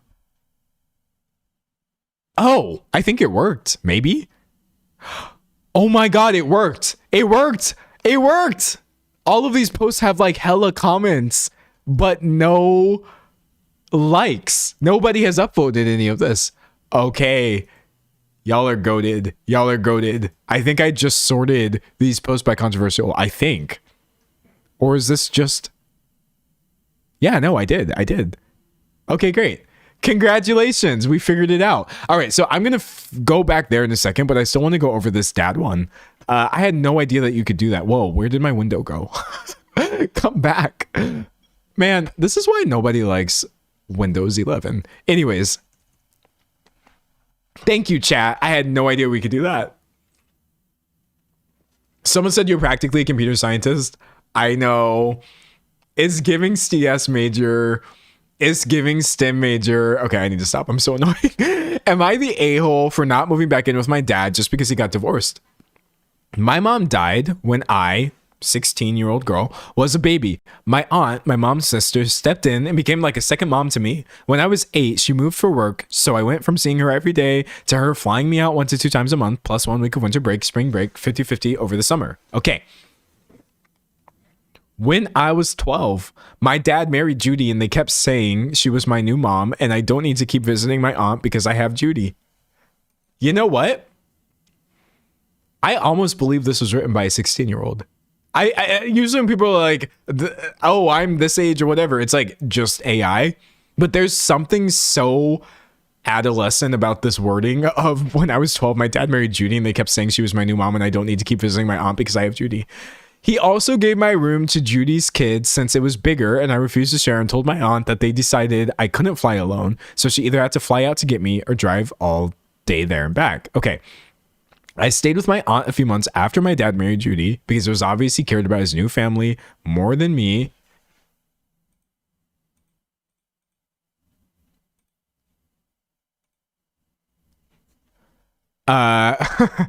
My dad and Judy are getting divorced now because Judy cheated on him and he found out that their new kids weren't his. He called me and asked me to move back home because he misses me and doesn't have any family left. I said no because I like it here. Okay, my aunt is a way better parent than my dad, and she's been dating this guy that comes over on weekends and makes us the best burgers and steaks, and he fixes cars up as a hobby / side job, so he's working on one for me. I also really like my school, and I have friends here, and we're really close to a lot of good colleges, so I won't even have time to move out for college. Okay, here we have the crux of the issue. Actually, I feel like this is such a teenager thing.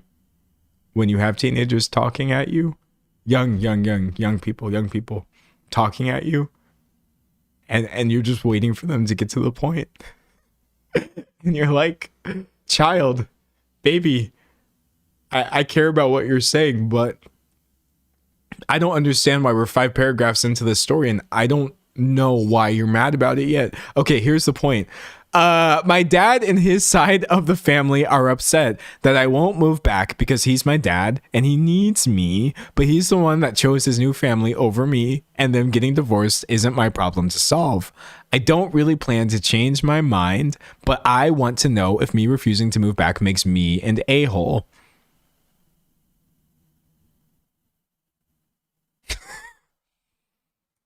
Okay. Let's give this an accuracy rating. On a scale of 1 to 10, 10 being, oh, I believe this, I would bet my life that this is a real story, and 1 being, this did not happen, I know it's a lie, I can't prove it, but I know it. What are we giving this story? Go ahead and give your ratings first, and then I'll give you my rating.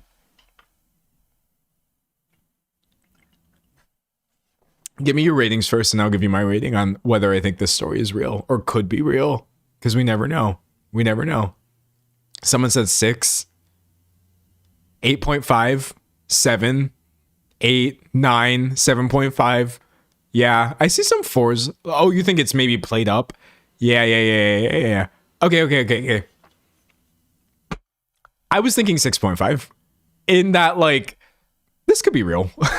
This could be a real thing. Your dad marries this person, gets cheated on, your family's pressuring you to move back in with your dad after his divorce, and you're like, no, I don't want to do it.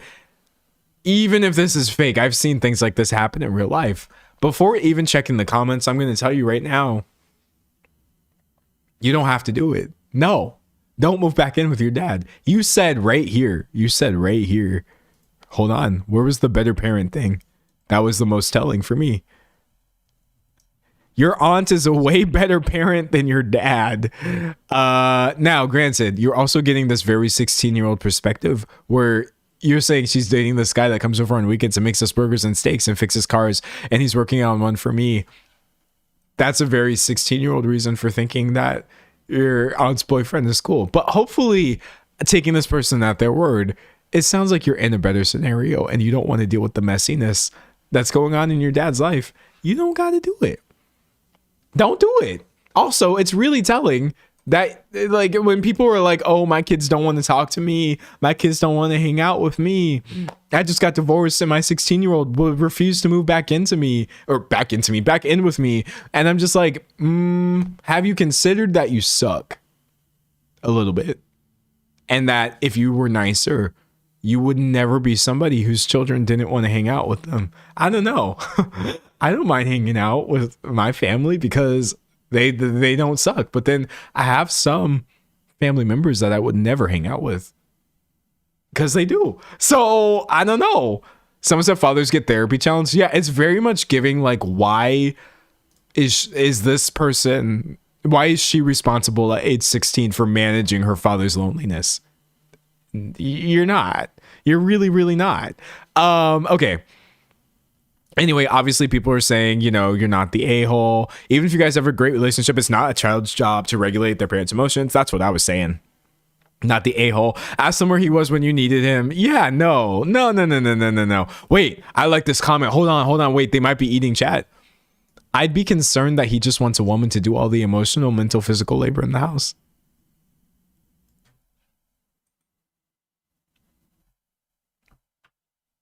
Let me drink some more water. Sorry, I'm drinking so much water. I have even more water. Let me put that back up so y'all can read this.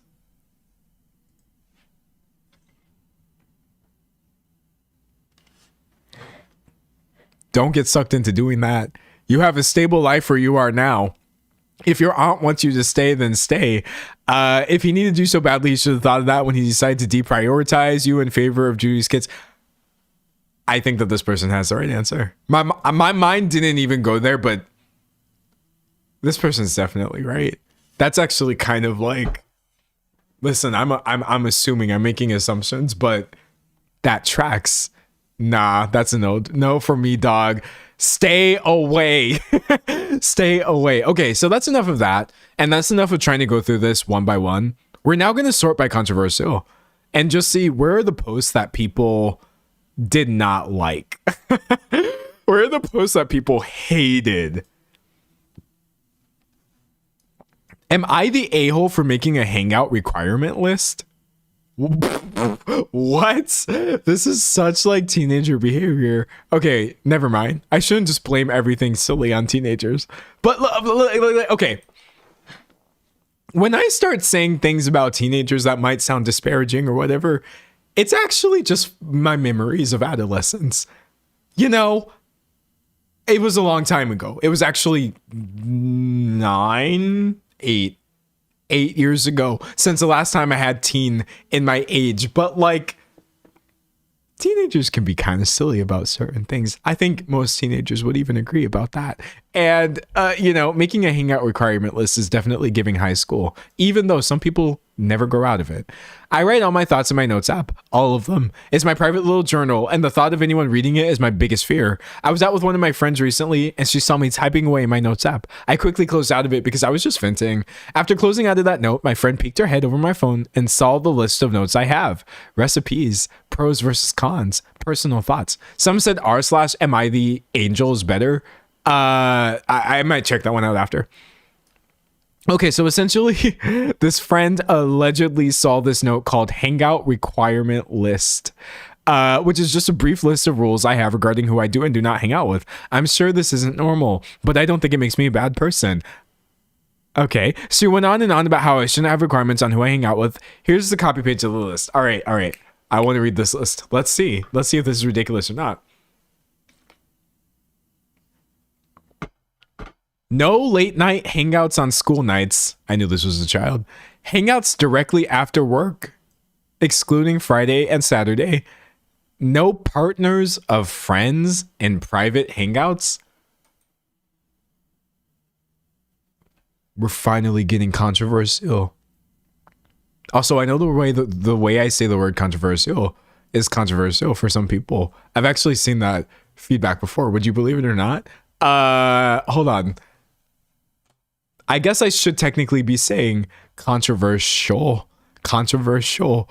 Would I don't know. Is that the right one? It is. I just say it wrong. I'm going to try to stop saying controversial wrong because I don't want to sound dumb. And I also don't want to enrage people. Some people get so mad when they hear words pronounced incorrectly. That's not my intention. Wait a second. What does that say right there? Enhance. Bring that back up. I just saw something. Why is Oxford English Dictionary saying that my way of saying it is actually fine? Am I just saying it British? I can't log in. I can't log in because I don't have an Oxford English Dictionary account. You know what? Actually,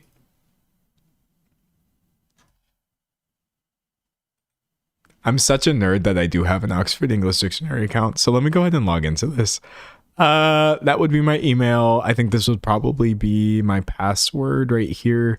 Why lie? I do have an Oxford English Dictionary account because I'm a nerd, okay? All right, we're in. Pronunciation. Controversial. Controversial. Controversial. Oh, wait. I'm saying in American? Controversial. Controversial. What? Controversial. Controversial. The next time somebody tries to correct me about my opinion, Freudian slip. The next time somebody tries to correct me about my pronunciation, I'm just gonna say, "Be gone, Brit. Be gone, British person." I can say controversial all I want because Oxford English Dictionary on my Oxford English Dictionary account told me that this is okay. Look at that, signed in as D'Angelo Wallace. Who does this? Why? I was like, I want that for my life. Oh my god. Someone said I knew you were British. Okay, anyways. Sorry, I got so distracted. My bad. Oh my god, they're mentioning bill splitting too. Okay, hold on. No partners or friends in private hangouts. No bill splitting in large groups. No drinking during hangouts. Personal preference. If you disrespect me, I'm leaving. I don't hang out at people's houses who I haven't met more than 3 times. No hanging out with guys. Again, just a personal preference. I don't think this is a bad list. Also, it is supposed to be private. Am I the a-hole? This is actually controversial. I'm excited right now. Okay, hold on. I'm gonna pull this list back up. Here, I want y'all to mull over some of this. Let's make it a little bit bigger. Mull over some of this about whether you think these things are bad or not. I think we can like agree the obvious ones that are not bad. If you disrespect me, I'm leaving is fine. If that's something that you're using as a hard no to not hang out with people if they disrespect you, obviously that's fine. Also, saying I don't hang out at people's houses who I haven't met more than 3 times is fine. I don't think I would do that either. Saying that you don't want to hang out with guys is fine. That's totally your preference if that's not something you want to do. And they said right there, it's their personal preference. No drinking during hangouts. I mean,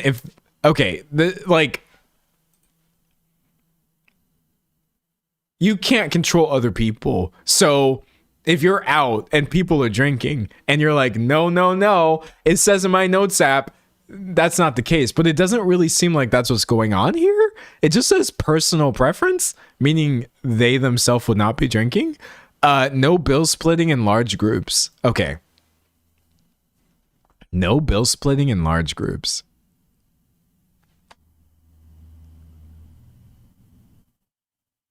Okay, wait.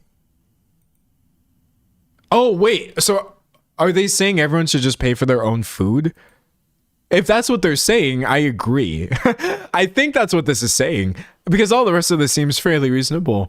No partners or friends in private hangouts. I want to talk about that one in a second. Hangouts directly after work, excluding Friday and Saturday, and no late night hangouts on school nights. This is the only one that I'm a little bit confused on, chat.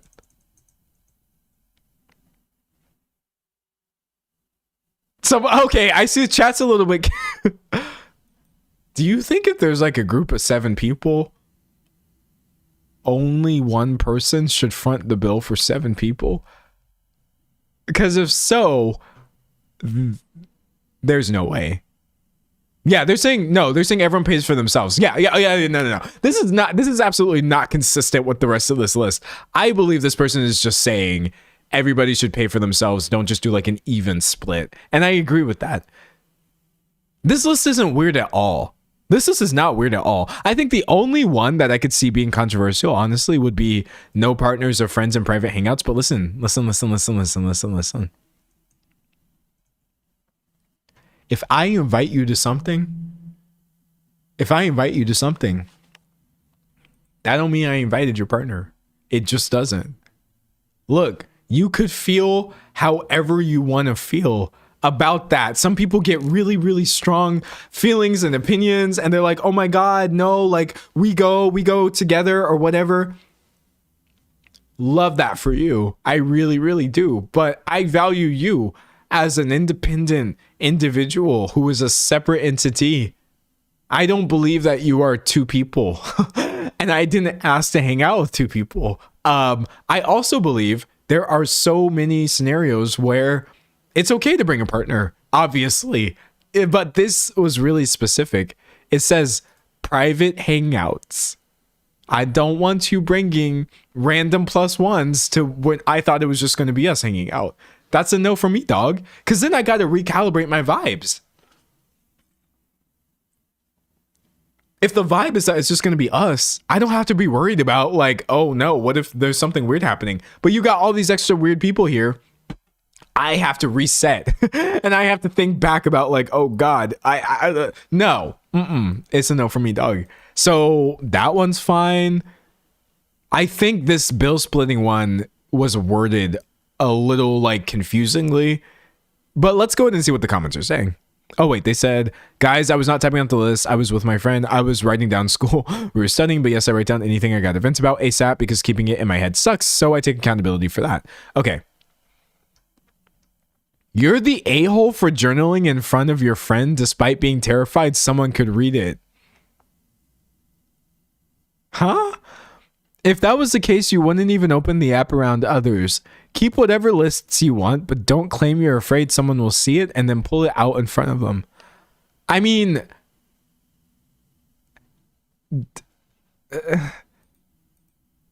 does that make them an a-hole? I agree with the general sentiment of like, okay, come on. It's a little silly to be like, oh, I have this thing that I don't want people to see. And then you're showing the thing where it can easily be seen. But like, this is not a-hole. That is Reddit moment. Can we just get like, this is such a Reddit moment of reacting this way. I absolutely agree here, says this Reddit user. This is my thought as well. OP tries to defend himself and says, I didn't pull the hangout list out in front of her. I was writing something different and she chose to get my phone and look at it. They got 55 downvotes. Bro, this is why everyone hates Reddit. This is literally why nobody actually likes this platform. Listen, there are a lot of incredible, amazing subreddits. Let me show you one of my favorite subreddits that I've been on a lot recently.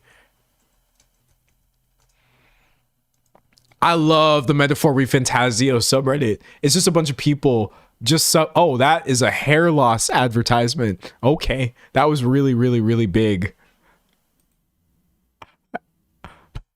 I didn't know what I was looking at. I didn't know what I was looking at for a second. I just saw a lot of skin and a lot of hair. And I was like, I'm live streaming. I'm live streaming. It's just some dude's head. And it seems like the hair loss stuff worked really well for him. Let me not open random sub.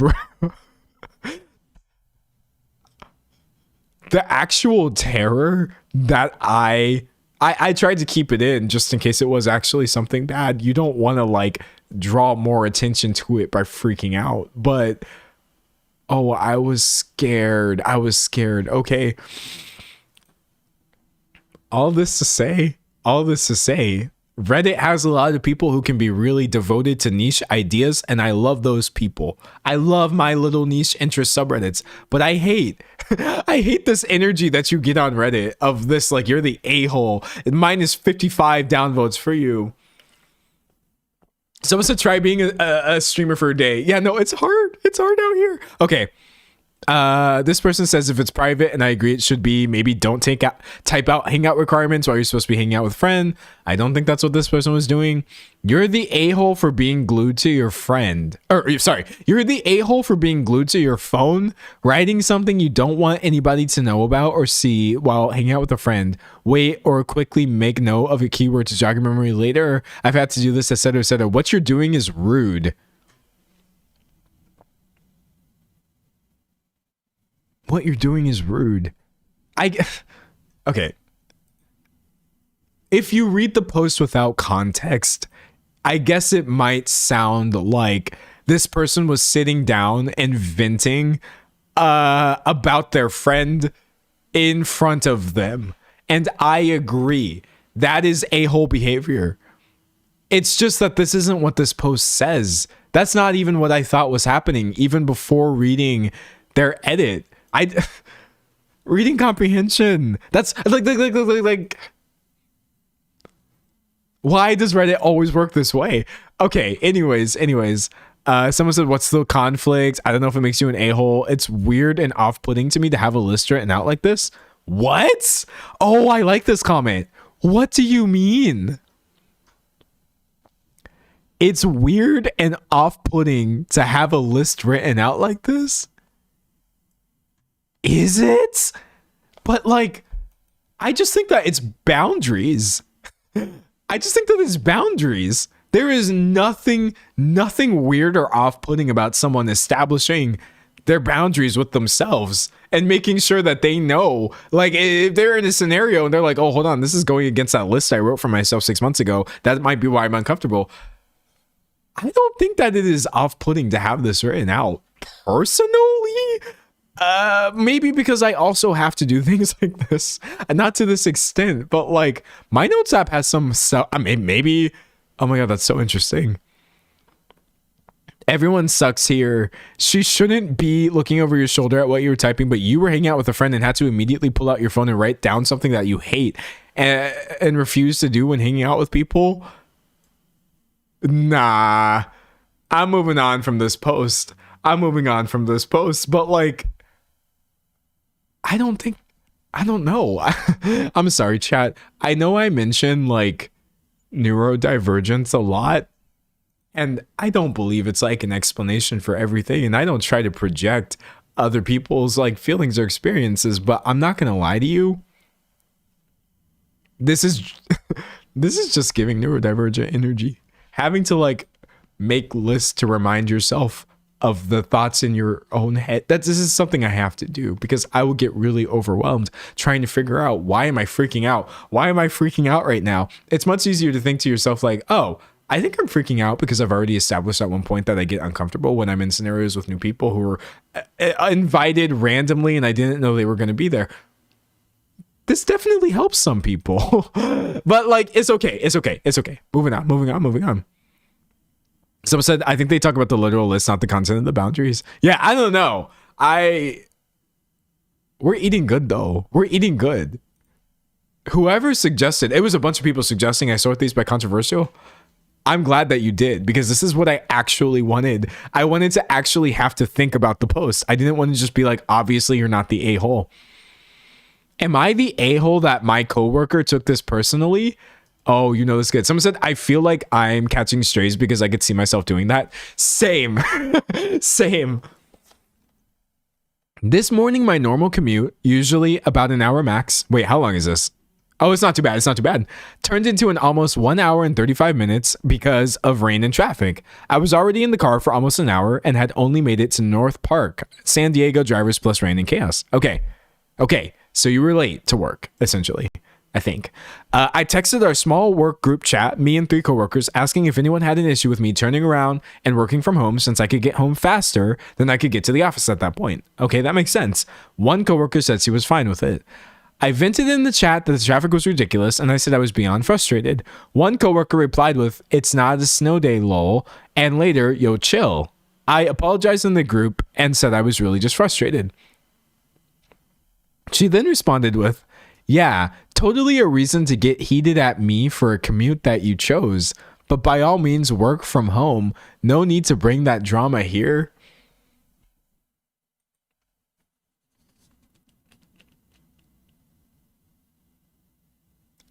Something is missing. Somebody said about the last post, writing while you're in physical company with someone while the activity you're doing is not writing is rude in and of itself. I think it depends. I'm not going to lie to you. When I hang out with my friends, sometimes we don't talk to each other. Like I like body doubling stuff is really useful for me sometimes, of just physically being in someone's presence. I totally agree if we're trying to have a face-to-face conversation and I'm over here just like on my phone, that's rude. But sometimes I'm like, let's just go hang out, go to a cafe and get some work done. Again, we don't know the context of that. Anyways, getting back into this, something is really weird about this post. He says, for context, I was frustrated at traffic, not her. I wasn't directing anything at her personally. I've since messaged her privately, apologizing if my tone came off heated, and clarified it wasn't about her. She's also just going through a messy breakup right now, so I'm wondering if emotions are just high all around. Am I the a-hole for venting in the group chat and then working from home?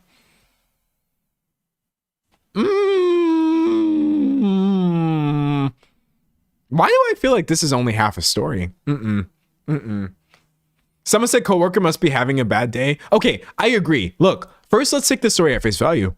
If this is exactly what happened and you just lightly vented that the traffic was ridiculous and that you're frustrated, and then somebody's all like, yeah, well, get heated at me. You chose your commute. You go work from home. Keep your drama over there. I don't want this in my life. I agree. That's so unhinged, actually. What kind of response is that? There's just something about this story that feels like it's missing a middle part. Sometimes I need screenshots. No, like, maybe a screenshot. Let's see what the comments are saying. Everyone sucks here. What? Why? Get someone else to vent to besides your coworkers who are at work as they're supposed to be?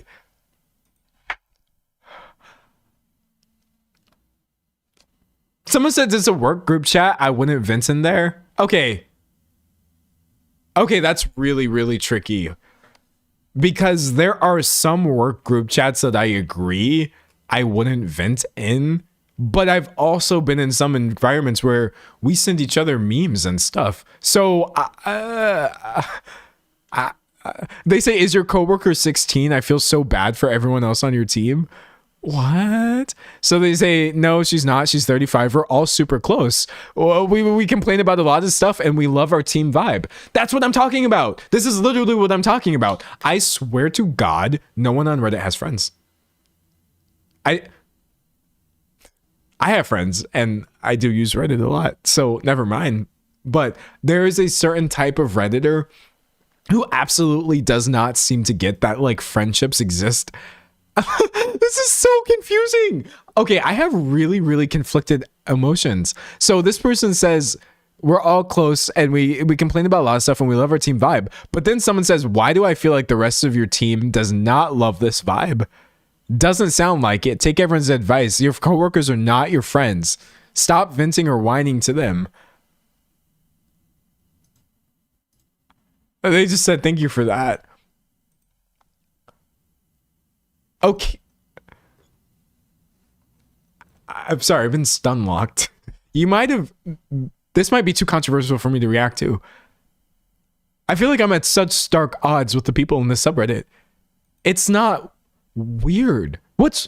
I agree. Sorry. I'm suffering. I'm going to start here. I agree that generally your coworkers are not your friends. I agree.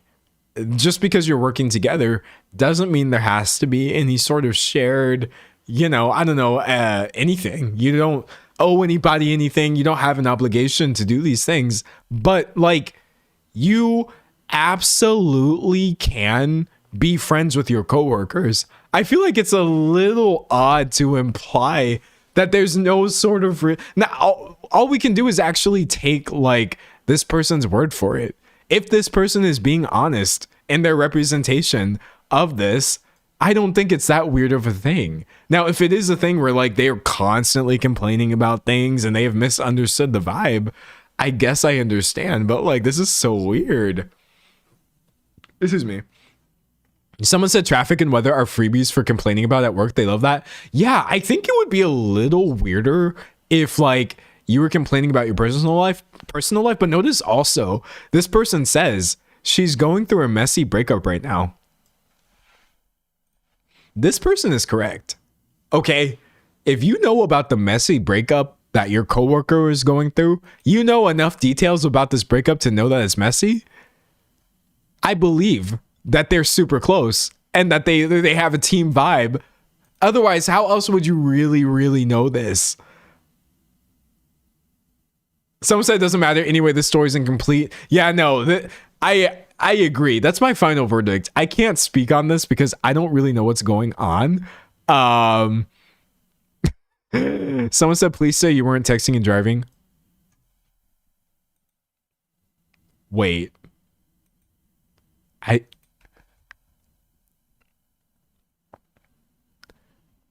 Okay, so you were in rain and traffic, you were in the car, you texted the group chat.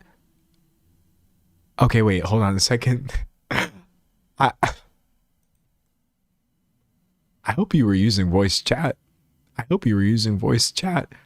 How much were you venting? You had time to say that you had to, like, you were going to be late. Can I turn around? Do you guys mind? You had time to read your coworkers' responses about it's not a snow day and chill. Okay. Oh no. Now listen. When I'm in my car, someone said they might have been at a standstill in traffic. Oh, I sincerely hope so. When I'm in my car, my phone connects with the Bluetooth and it's like, oh, new message from your manager. And then it reads the message and it's my manager being like, yo, D'Angelo, you said that you were going to get this brand deal done by 5 months ago. Where is it? And then I'm like, oh, reply to manager. Yes, I am so working on it, boss. Like, you can't believe how close I am to getting this done. It might even be done by the time you read this message. Okay, send. So I'm not automatically assuming this person was texting and driving in the modern age, but like, that's wild. Someone said it could be sent with CarPlay. It could be sent with CarPlay. They might not have actually been moving while they were texting. I will say this though. I don't play around with people texting and driving. Like if the car is in motion and you're doing anything with your phone, I'm usually in the passenger seat. I'm just like, do you want me to send that for you? Would you like me to send whatever you're trying to do right now? Because what you're not finna do is get both of us killed. I don't want you to get yourself killed, but it's even stronger that I don't want you to get me killed or other people. Yeah, no. I don't rock with texting and driving. It makes me so incredibly nervous, but who knows what this person was actually doing. Wait, what? Edit. After seeing what OP actually texted, I'm changing my opinion to you're the a-hole. Where is it? Oh, okay.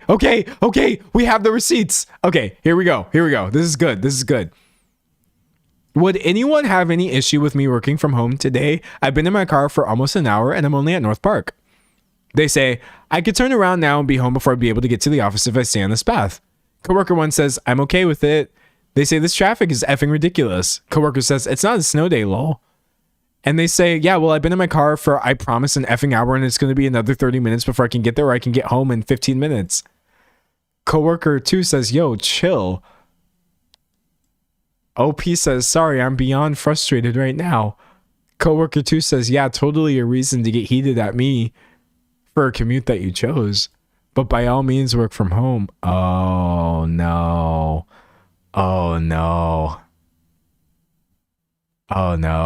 It's this message right here. Yeah, well, I've been in my car for, I promise, an effing hour, and it's going to be another 30 minutes. That's rude. It comes across as rude. I completely see why this was interpreted personally. Because it's like they're saying it's not a snow day, and you're like, yeah, well, and you're saying, oh no, this is kind of aggro. Even if you weren't trying to be rude, which I still suspect this person was not trying to be rude, I understand interpreting this as like, whoa, okay. Yeah, they said, yo, chill. Yo, chill. And they're like, I'm beyond frustrated right now. And they're like, yeah, totally a reason to get heated at me. Oh, that's interesting. Oh, this is pretty good. Let me drink some more water.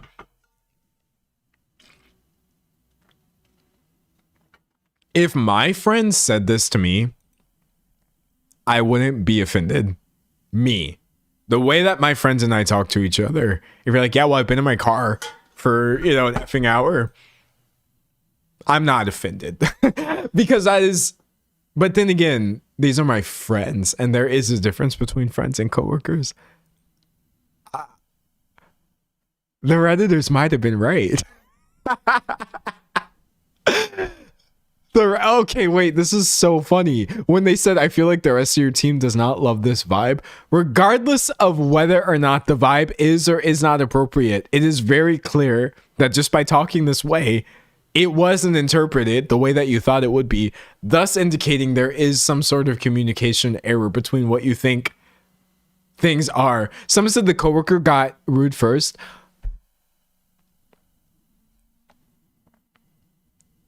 Hold on. You're right, though. Hold on a second. If you're just like, this traffic is ridiculous, which is an okay message, why is coworker 2 replying, it's not a snow day, lol?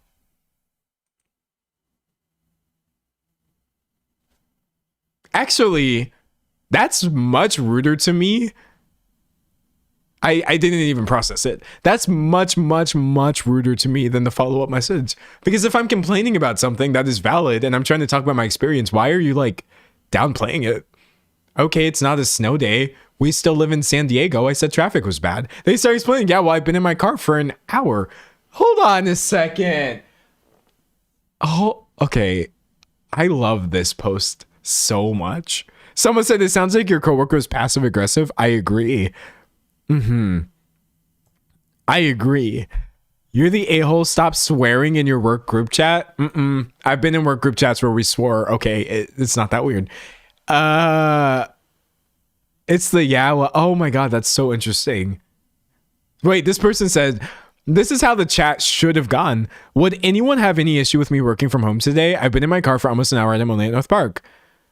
Me, I could turn around now, blah, blah, blah. Coworker 1, I'm okay with it. Me, thanks. Hopefully I'll be online soon. In scene. I mean, God forbid people have a personality. Someone said the group chat should just disband. You know what? I'm leaving it at that. Break up with your work friends. This is toxic for all of you. Break up with your work friends. I can't fix this. I can't fix anything. I'm a YouTuber. But I can't fix this for you. Someone said, what are we talking about? Oh, we're on Reddit. And I think I've gone over 2 posts. So maybe I'll do one more. Someone said, I thought it was very clear OP was just frustrated by traffic. I did too. Me too. Dang, the post might be a little too controversial. All right, we've got one more. Let's see. Am I the a-hole for for asking to split the $100 I asked my friend to pass on to her dad? What? What does that mean? Hold on. Is this the one we're going to do? Or should we do, am I the a-hole for buying the 2 remaining collectibles? Which one? Chat, which one should we do? Wait, can I do a poll? Oh my god, I can. Oh, cool. Well, wait, this is awesome. Okay, wait. Which one should we do? Collectibles or what is this other one? Splitting $100. Okay, great. I'm starting a poll. What is this? This is so stupid. Okay, I didn't even know I could do this, but oh my god, there's like 100. What's going on here? Wow. Okay. It's moving around a lot, chats. Why is it at 52%? What am I supposed to do? Is it over? No, there's still votes streaming in. Wait, I just saw the votes drop. They went up and then back down. That's sus. Okay, we have 300 people. Collectibles is barely winning. If you want the splitting $100 post to win, you better get in here and advocate for yourself. But if not, it looks like we're going to do the collectibles. 400 votes. Why? If it gets to 500 votes, I'm going to scream and cry. Okay, I'm going to scream and cry. This This is so funny. Someone said first time here, WTF. Hey, welcome. We have like hundreds and hundreds of people voting on the next Reddit post I should look at, because this is apparently a thing I could have been doing this whole time, but it didn't occur to me. Not 600 votes. Brother, that's so funny. All right. Out of fairness, I'm going to give you 20 more seconds. 20-second timer. You better get in here. Don't say, oh my gosh, he didn't even give me a chance. You have 20 seconds. You gotta get in there and do what you gotta do. 14, 13, 12, 11, 10, 9, 8, 7, 6, 5, 4, 3, 700 votes is obscene. 2, 1. Okay, bet. I'll do both of them if we have time. Okay, so we'll start with the collectibles one though, because the collectibles people won. So I'm gonna go ahead and end the poll. That was really funny though. That was hilarious. What even was that? That was hilarious. All right. We'll start with collectibles. I have started collecting and playing. Wait, let me make sure it's not long. It's fine. I've started collecting and playing with a popular 90s game and a local store stocked up on only a few of these games. Difficult to come across, brand new in box. Okay, so you collect this 90s game. I bought the last two to collect and had purchased one a few days prior to unbox and play. So you're buying multiple copies of this one game? Why? The thing is, the employee at the store told me about how they really want to purchase it but can't justify spending a lot of money on it. I had seen them fiddle with it when I was there for the first time, and they actually removed one from the shelf to reserve for themselves. That's definitely a retail worker thing. Of like, oh, we got that in my inventory. Let me conveniently leave this in the closet. Oh, it wasn't stocked and I can go buy it later. I've done that. I saw that they had placed it back on the shelf when I returned again, and I quickly snagged up the last two boxes. I made sure that this employee left so I wasn't served by them and was served by someone else. Okay.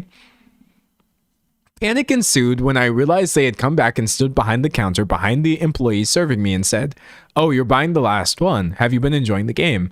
I said yes, became embarrassed, and left quickly. I could tell from their face they weren't too happy to see the last two boxes snagged up as their expression dropped. I feel bad now. Was I the a-hole? Yes? This is actually one of the first times where I'm saying yes without thinking about it. Like, why did you buy? How many of these did this person buy? I had already bought one of them, and then they bought the last two just to have them, when you also knew that this person was trying to keep one for themselves, something that they could barely afford. And you have enough money to buy 3 of these, and you did. That's so whack. That is so incredibly uncool. You could afford 3 of these. The retail worker who sold it to you said that they could barely justify buying it, but they were still going to do that, and you bought the last one? No, that is awful. That's awful. Someone said rage bait. It's giving rage bait. It's upsetting. Why would you ever do that? Why would you ever do that?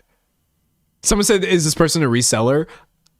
It is giving reseller behavior for sure. Some said overconsumption looking at. No, like it's giving. Are you a scalper? You're just trying to turn around and sell these extras. Listen, doing collectibles is cool.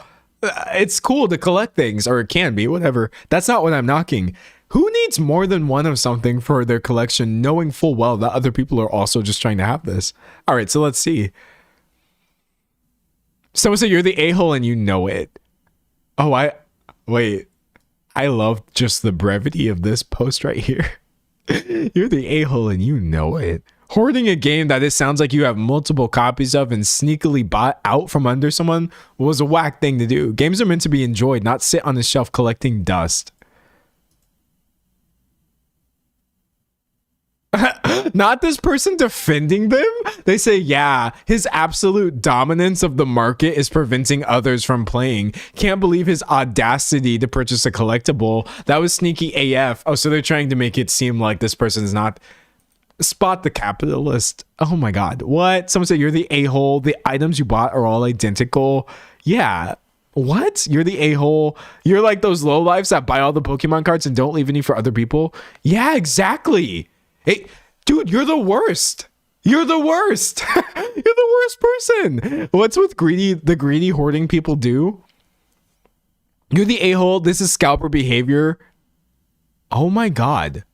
This is one of the first times I am finding an someone said, info, was there a reason to buy 2 for your collection instead of just 1? And someone said, they don't need a reason. WTF.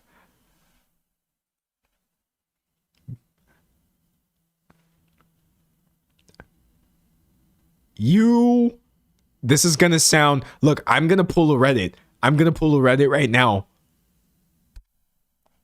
You're everything wrong with the world. It's not only you. There are billionaires that have the same mindset that's going on in this post that I have much more smoke for than somebody buying 3 copies of a video game. But this idea that you don't actually need a reason for excess. You don't need a reason for excess. You can just own more than you need.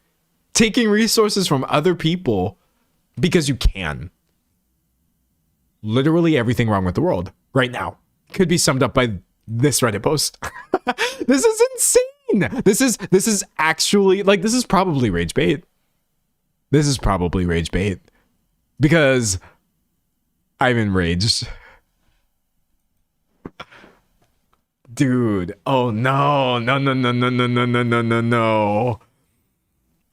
Someone said it's not, is it legal? It's, are you an a-hole? Yes, you are. That's how I feel. Yeah, no. Moving on from this post, I hate it. Why would you do that? But you know what? Before we go to the other post, I'm going to tell you a story time. I'm going to tell you the story time of the time that I was an a-hole on purpose. Just so you don't think this is some sort of like, oh, he's virtue signaling or this, that, the other. There is this middle grade novel series called Redwall. Strap in. I'm not repeating this. There's this middle grade series called Redwall. And it's amazing. It might not be middle grade. It might even be younger than that. There are so many books in this series. Look at this. There's like 22 books in this series, apparently. When I was a kid, I believe I was 12 turning 13. I got into the Redwall series and I started reading one by one. I was like, yes, because I found this list of, it might have either been this list or like a chronological order list, but I was going down and I'm like, yeah, I'm going to read Lord Brocktree. I'm going to read Martin the Warrior. I'm going to read Moss Flower. We were staying with a family at that point. We didn't live in San Antonio proper. We lived somewhere small around San Antonio. Because that's the thing, like if you're familiar with San Antonio, there's a bunch of places that are right next to San Antonio as well. We had a tiny little library, a little library. Somebody, we didn't have multiple copies of these. Somebody was reading the Redwall series at the exact same time as I was. And they were somehow like, we must have had the same reading speed and the same frequency at going to the library. Because every single time I would get there, it was like a 50-50 chance of if this person had the next book. I would finish reading Outcast of Redwall. I show up, I'm like, oh, it's time to read Mariel of Redwall. The librarian's like, oh, sorry, that one's been checked out. And so I was getting really mad when it happened like the third time. I was like, whoever is ahead of me and preying on my downfall right now. Some of you live in San Antonio. Not anymore. I used to. I was like, all right, let's play this game. If I I was a child. If I check out book 6 and you take book 7, and I'm like, okay, that's fine. And then I go to look for book 8, but you took book 8. I was like, let me go ahead and check out these. Let me go ahead and skip the next book and check out the next. It was literally like 4, 5, or 6. I don't remember the exact number. And I'm going to make peace with the fact that I have skipped book number 8. It's okay. I didn't read this one. I don't know what the actual numbers were. I'm going to read all of these books, and I'm going to be so far ahead of this series. Like, you're just going to be playing catch up to me.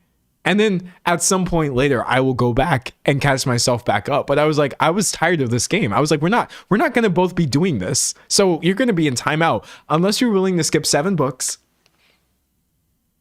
Are you going to skip 7 books in the series? Oh, probably not. Guess you'll have to wait till I was done. It wasn't very nice what I did, but I was like, I bet you won't skip 7 books just to try to... This person was literally just reading. Like, from their perspective, they don't even know that I existed. And all they know was they were just reading the series and then a swath of it was missing. But yeah, that's an example of me exhibiting really whack a-hole behavior. But like, I don't know, I wouldn't do it today. Someone said it's so petty. Dude, it was insanely petty. I was like, but did I feel bad about it? No. Because I finished the series before they did.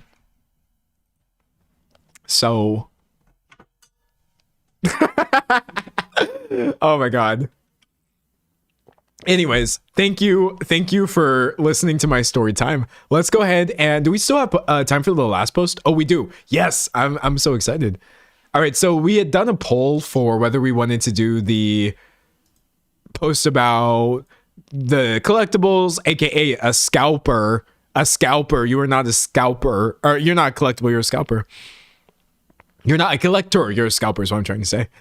Let's go ahead and do this one, and then we can call it a day, because too much Reddit is not good for the soul, man. It's not good for you. It really isn't. Okay, it's not too long. Am I the a-hole for asking to split? Someone said, when was this though? 15 years ago. 14 or 15 years ago.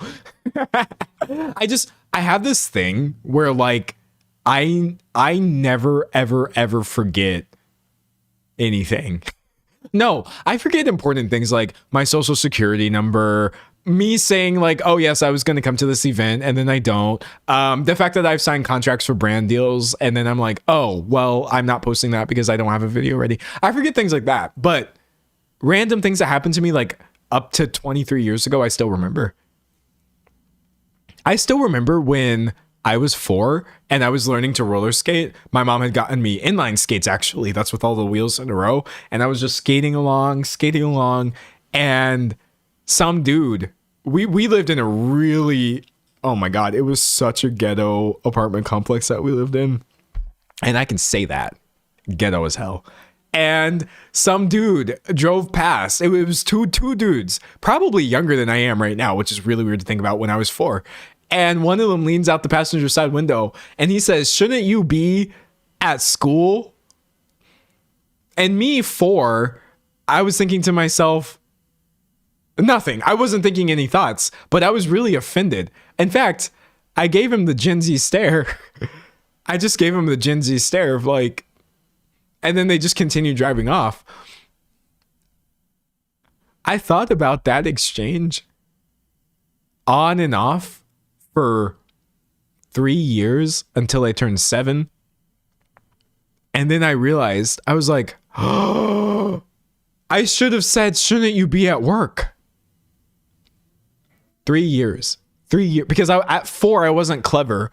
I mean, one could argue I'm not very clever now. I thought about my response to him for 3 years, just cooking up the perfect clapback. I was like, shouldn't you be at work? And then I said that in my mind, and then I felt better about it. But like, ask me to remember again my own phone number. Not gonna happen. Not gonna happen. That would have been so fire if me at 4 years old was like, shouldn't you have a job? Unemployed behavior. I mean, no, that was probably unsafe because who screams at a 4-year-old? He was probably dangerous. But yeah, no. I've been known to hold a grudge. I've been known to hold a grudge. Anyways, me in the shower after a fight, very much me for real. All right. For some context, a few months ago, my friend and I bought tickets for a concert. We paid with her dad's money and agreed that I would pay her back my part, which is 100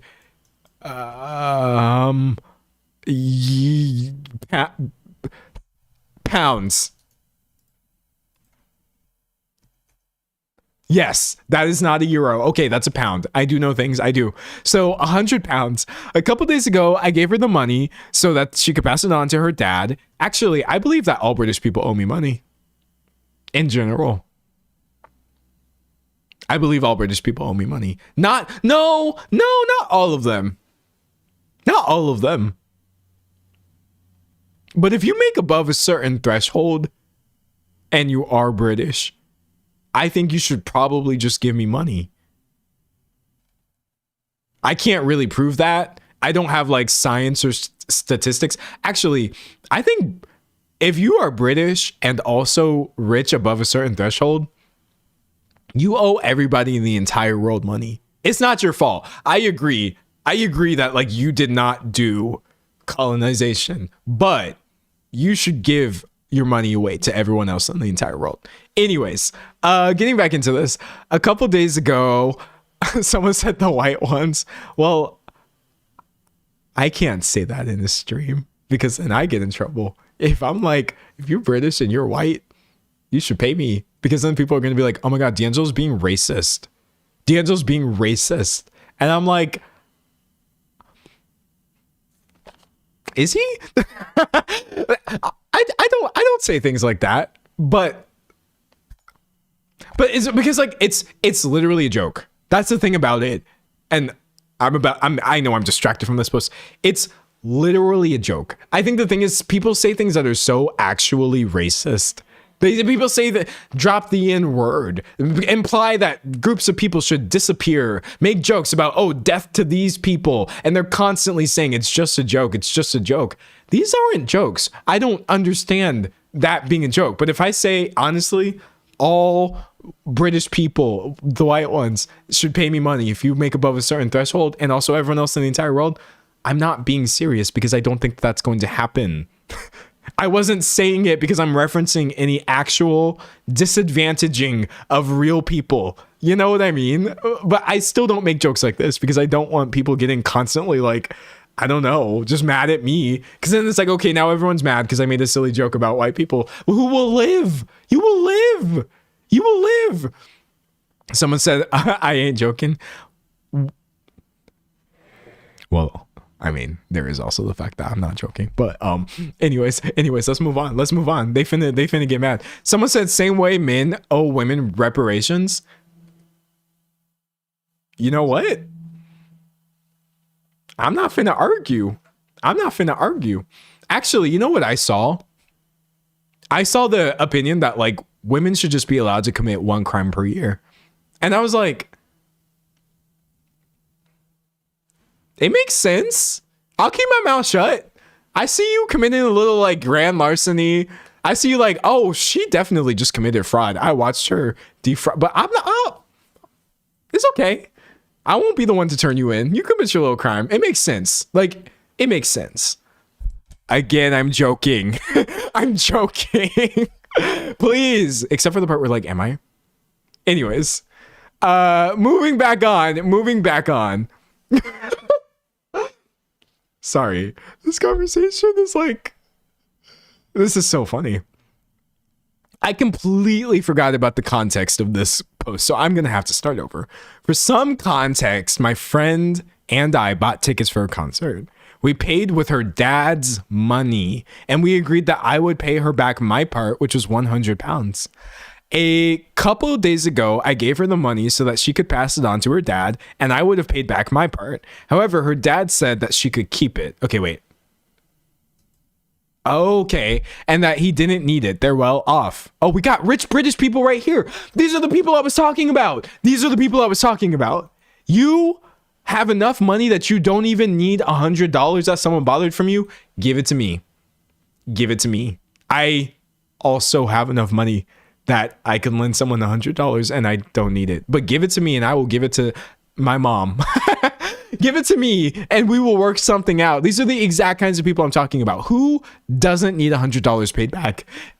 anyways, when she told me this, I asked how she wanted to split the money then, given that her dad didn't want it. She asked me what made me think that we would be splitting it, and told me that she would obviously keep all of it. What?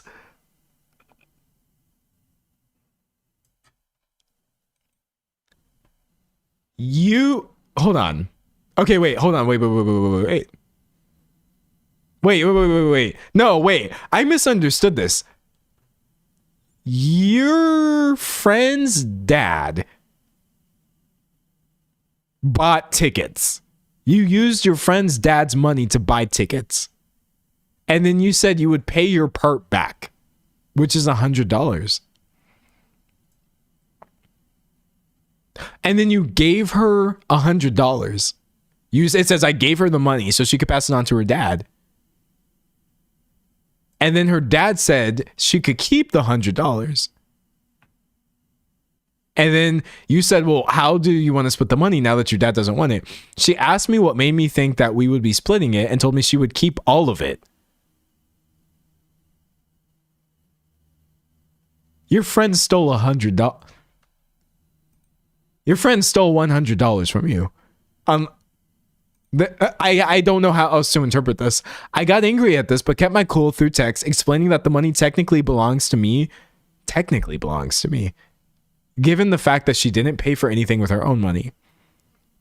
Now she's ignoring my text and I'm pissed. I'm not in a good financial situation, so being able to get some of that money back would help me massively.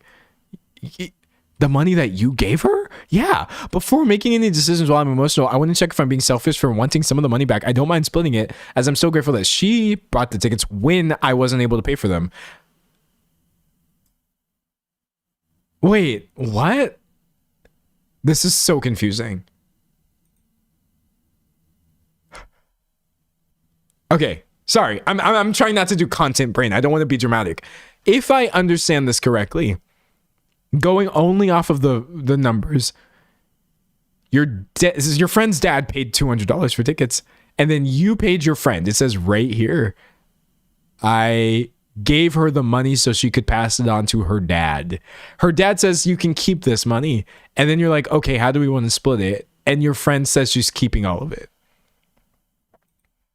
Your friend stole $100, or you worded this post really, really confusingly.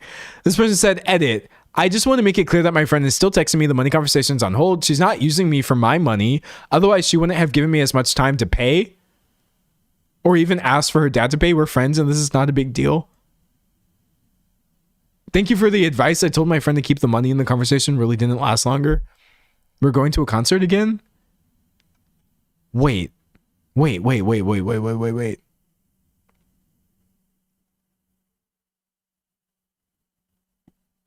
What? You're the a-hole? Technically, you're wrong. Very wrong. The money stopped having anything to do with you once you paid her dad. It then being his money, he gave it to his daughter. Now it's hers. You're not entitled to it. I mean, I guess that's true. Oh, okay. I guess that's true, but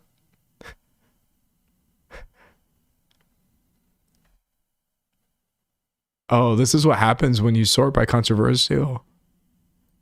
I guess this is not technically incorrect, I suppose. She got the tics, you got your concert, you paid her dad, you got your money.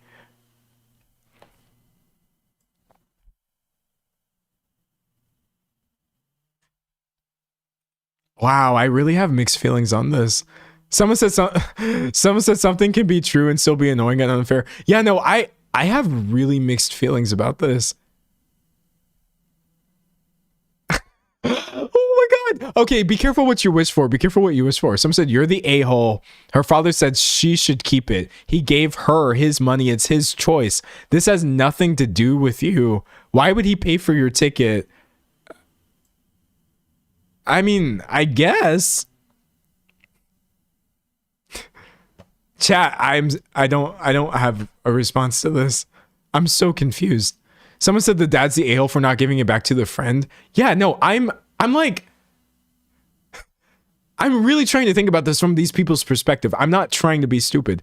Like, if you gave me, if I give you $200 and then I'm like, okay, you can give it back to me when you can pay. I'm lost. Someone said I need to read this again. No, yeah, I'm very, very lost. Someone said a bad friend, but it's not her money. The dad needs to weigh in. I can't do this one. Okay, here we go. You're the a-hole. Your dad paid the dad. You're the a-hole. You paid the dad $100. The dad gave his kid the $100. That is what happened. The dad gave money to his kid. I guess. I guess. Okay, that's interesting. I feel like if I was the dad in that scenario and I was the kind of person where $200 doesn't mean anything to me, and I have two people, my daughter, who is part of my rich, well-off family, and also this person who had to honestly work, who had to actually work for their money. And then I was like, okay, I'm going to go ahead and like, you've paid me back, but I don't really want it. Here, you can have your $100 back. And you can have your $100 back because I didn't really care about it anyway because we're rich. Right? Someone said 100 quid is so much. No, it really is.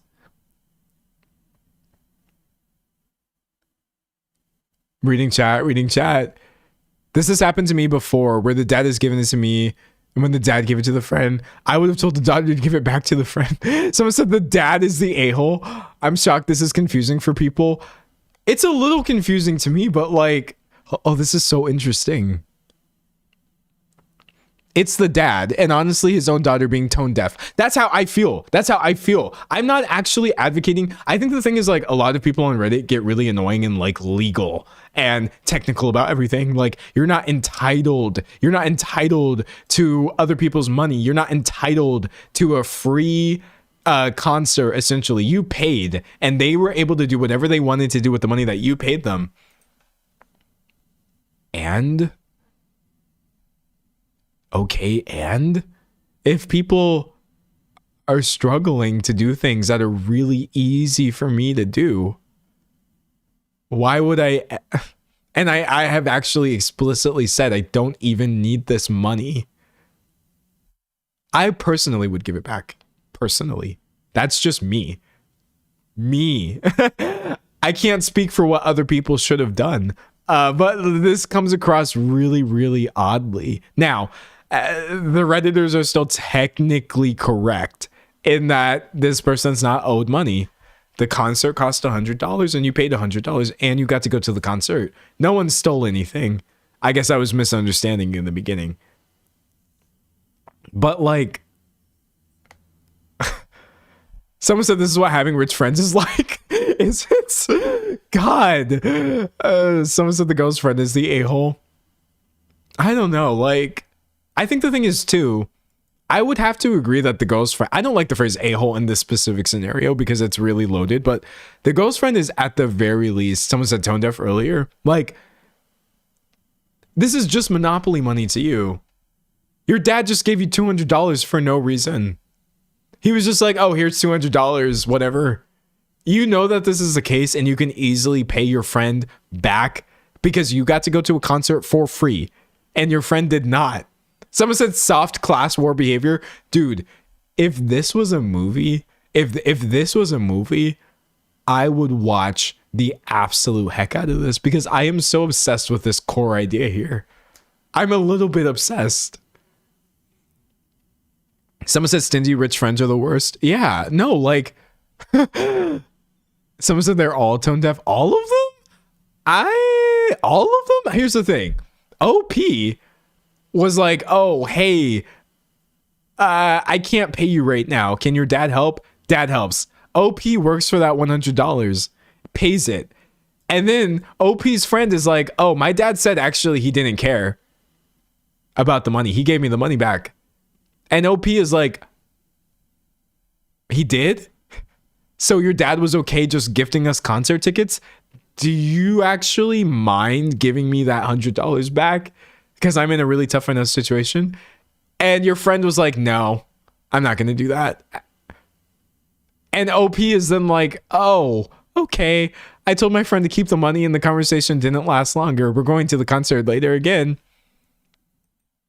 I don't believe that OP did anything wrong, personally. Someone said do another poll. All right. For my last trick today, because it's 3:56, I'm finna log off. But I'm gonna run one more poll. I need you to vote with your entire heart. We're gonna ask. I don't want to ask like a loaded question. I'm gonna say, is OP the a-hole? No, that's not a good question. I'm just gonna say, was OP wrong for asking for the money back? Yes or no? Go ahead and vote. I'm not going to judge you no matter how you vote. You could vote one way or the other. It's okay. Yeah, I figured this would be pretty overwhelming. Okay, so y'all can't see the polls because I have two computers, but it's 92% of people saying no.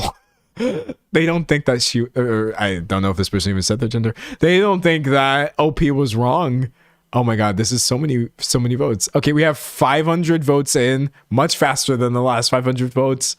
89%. 11% of people are like, no. Or yes, they were wrong. And I'm like, I guess I can see where you're coming from, but like, oh, that's so interesting. That's so interesting. Here, while the votes continue, please continue doing the votes. I'm going to read back some of these comments that like bother me a little bit. It's kind of right here where it's like the money stopped having anything to do with you once you paid her dad. It was his money. He decided to give it to his daughter. Now it's hers. You're not entitled to it. This is like, again, billionaire mindset stuff where technically, on a technicality, do I believe that anybody is entitled to Jeff Bezos's net worth? Yes, I do. But legally, there's no way to actually obligate people into giving away money that they do not need. They don't need it. I just think it's such a key factor right here that they did not need it. It says her dad said she could keep it and that he didn't need the money. If you're asking me on a really base level, do I think that people should give money that they don't need to people who do need it? My answer is yes. My answer is honestly yes. Someone said I'm entitled to it. No, I think a lot of people are entitled to money from Jeff Bezos specifically, but like that is a bigger version of like my thought process here. Oh my God. Anyways, I'm going to close the poll in a few seconds. It's like 88% overwhelming. Oh, that's so interesting.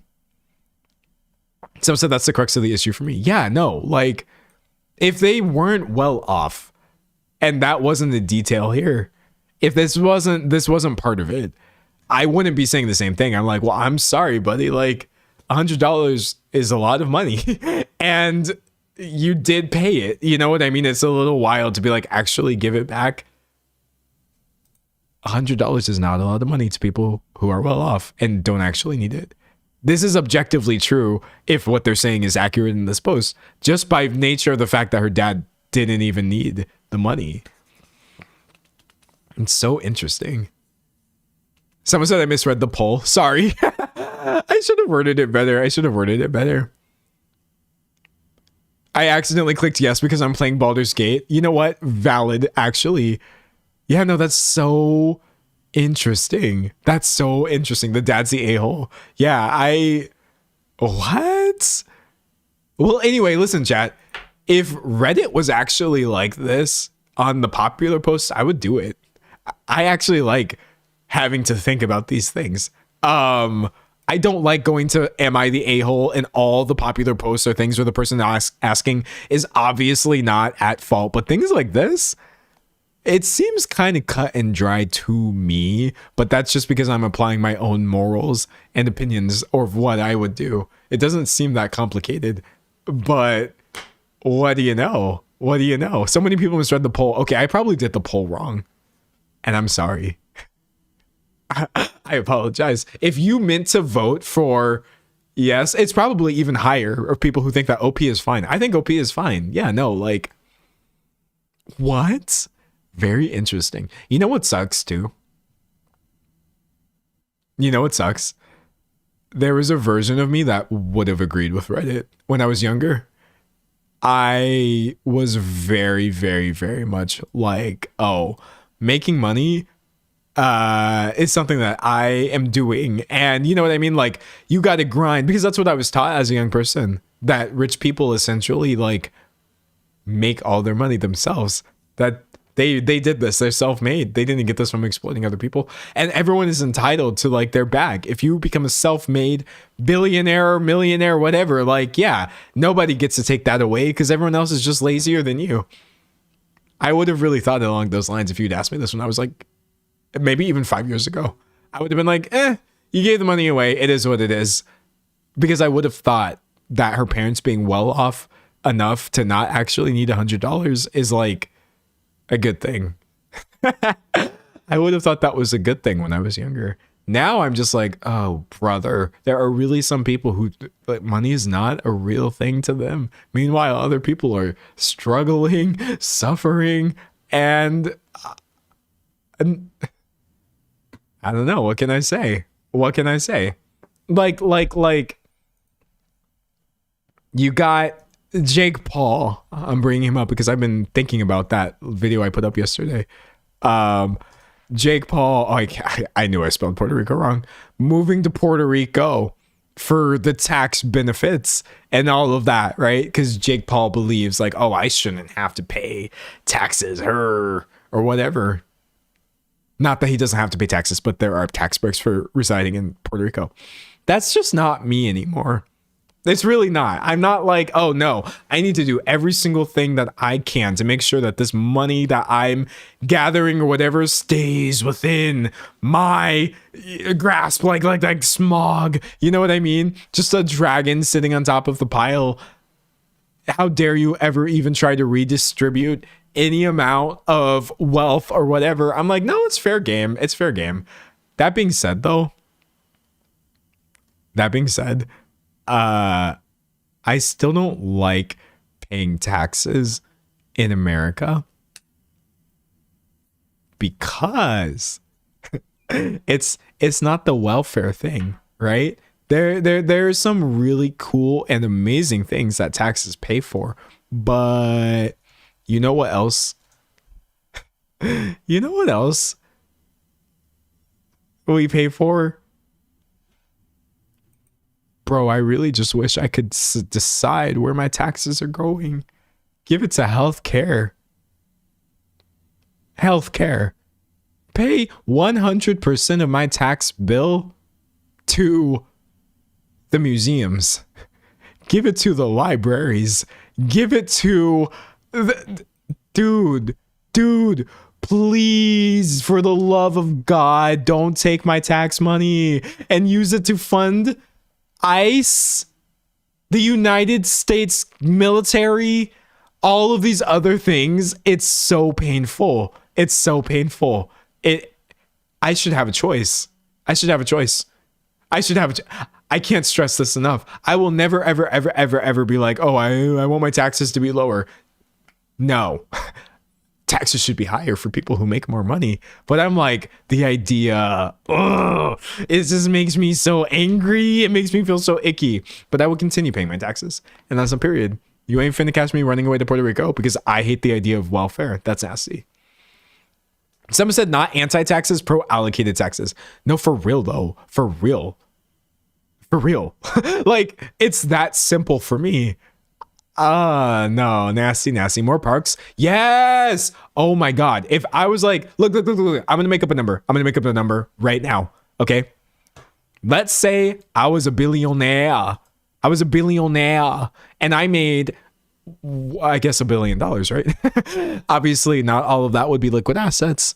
Oh, but you see me doing the billionaire glazing thing right now. Oh, it's not all. No, if your net worth is worth $1 billion, you have too much money. It doesn't matter how much cash you have. So let's say I actually had $1 billion in cash and my tax bill was like, oh, we're going to take, I don't even know how much money. Effectively, the MO of any billionaire is to try to pay no taxes, which is bizarre. But let's say they're like, oh, we want to take hundreds of millions of dollars out of your paycheck, or not paycheck, your taxes don't belong to you. We want to take hundreds of millions of dollars in taxes and we want to fund it here. Oh my God, please do. The continued conservation of, beautiful areas like this, that's great. That makes me happy. When it's more so just like, oh, military time, it's like, uh-oh. We lost. We absolutely lost. But anyways, yeah, no. If you are a billionaire, I do think you should pay hundreds of millions of dollars in taxes. I can't stress this enough. Let's see. Let's say your net worth. What was Jeff Bezos's net worth again? Let's pretend that he has it in cash. $229 billion. Okay, great. Let's work with me. This is going to sound stupid. I know that this isn't how money works, but let's pretend he had it in cash. How much money do I think Jeff Bezos should be paying in taxes? At the very least. Let's go ahead and take that 222.9. Let's do 1 minus that. Okay. I think Jeff Bezos at the very least should pay $221.9 billion in taxes. If your net worth is like 222 billion, 221 billion of that, just go ahead and hand it over. Why? You need to get taxed out of existence, essentially. I'm sorry. I'm so sorry. You actually just should not be able to accrue. Now, I know me pulling numbers like this is dumb because you're going to have the economists and the people who know things about money saying, oh, D'Angelo, that's not how money works. This is dumb. We shouldn't be in this capitalist society. It should literally be like, just keep going until you're not a billionaire anymore.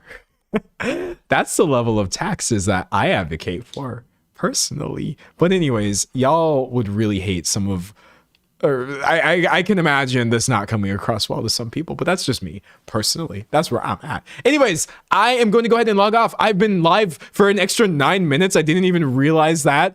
But yeah, it's been really nice. Thank you, everybody. I really enjoyed it. And this was one of the nicest streams in a while. Well, I gotta like sit with myself and think about why this was such a nice stream. Maybe because no one like died, or it wasn't super like, well, actually we did talk about a few people who passed away, unfortunately. I don't know. It just wasn't super heavy. I really like that for a Wednesday. Is it Wednesday? It's Thursday. Okay, I'm gonna leave. Bye, everybody.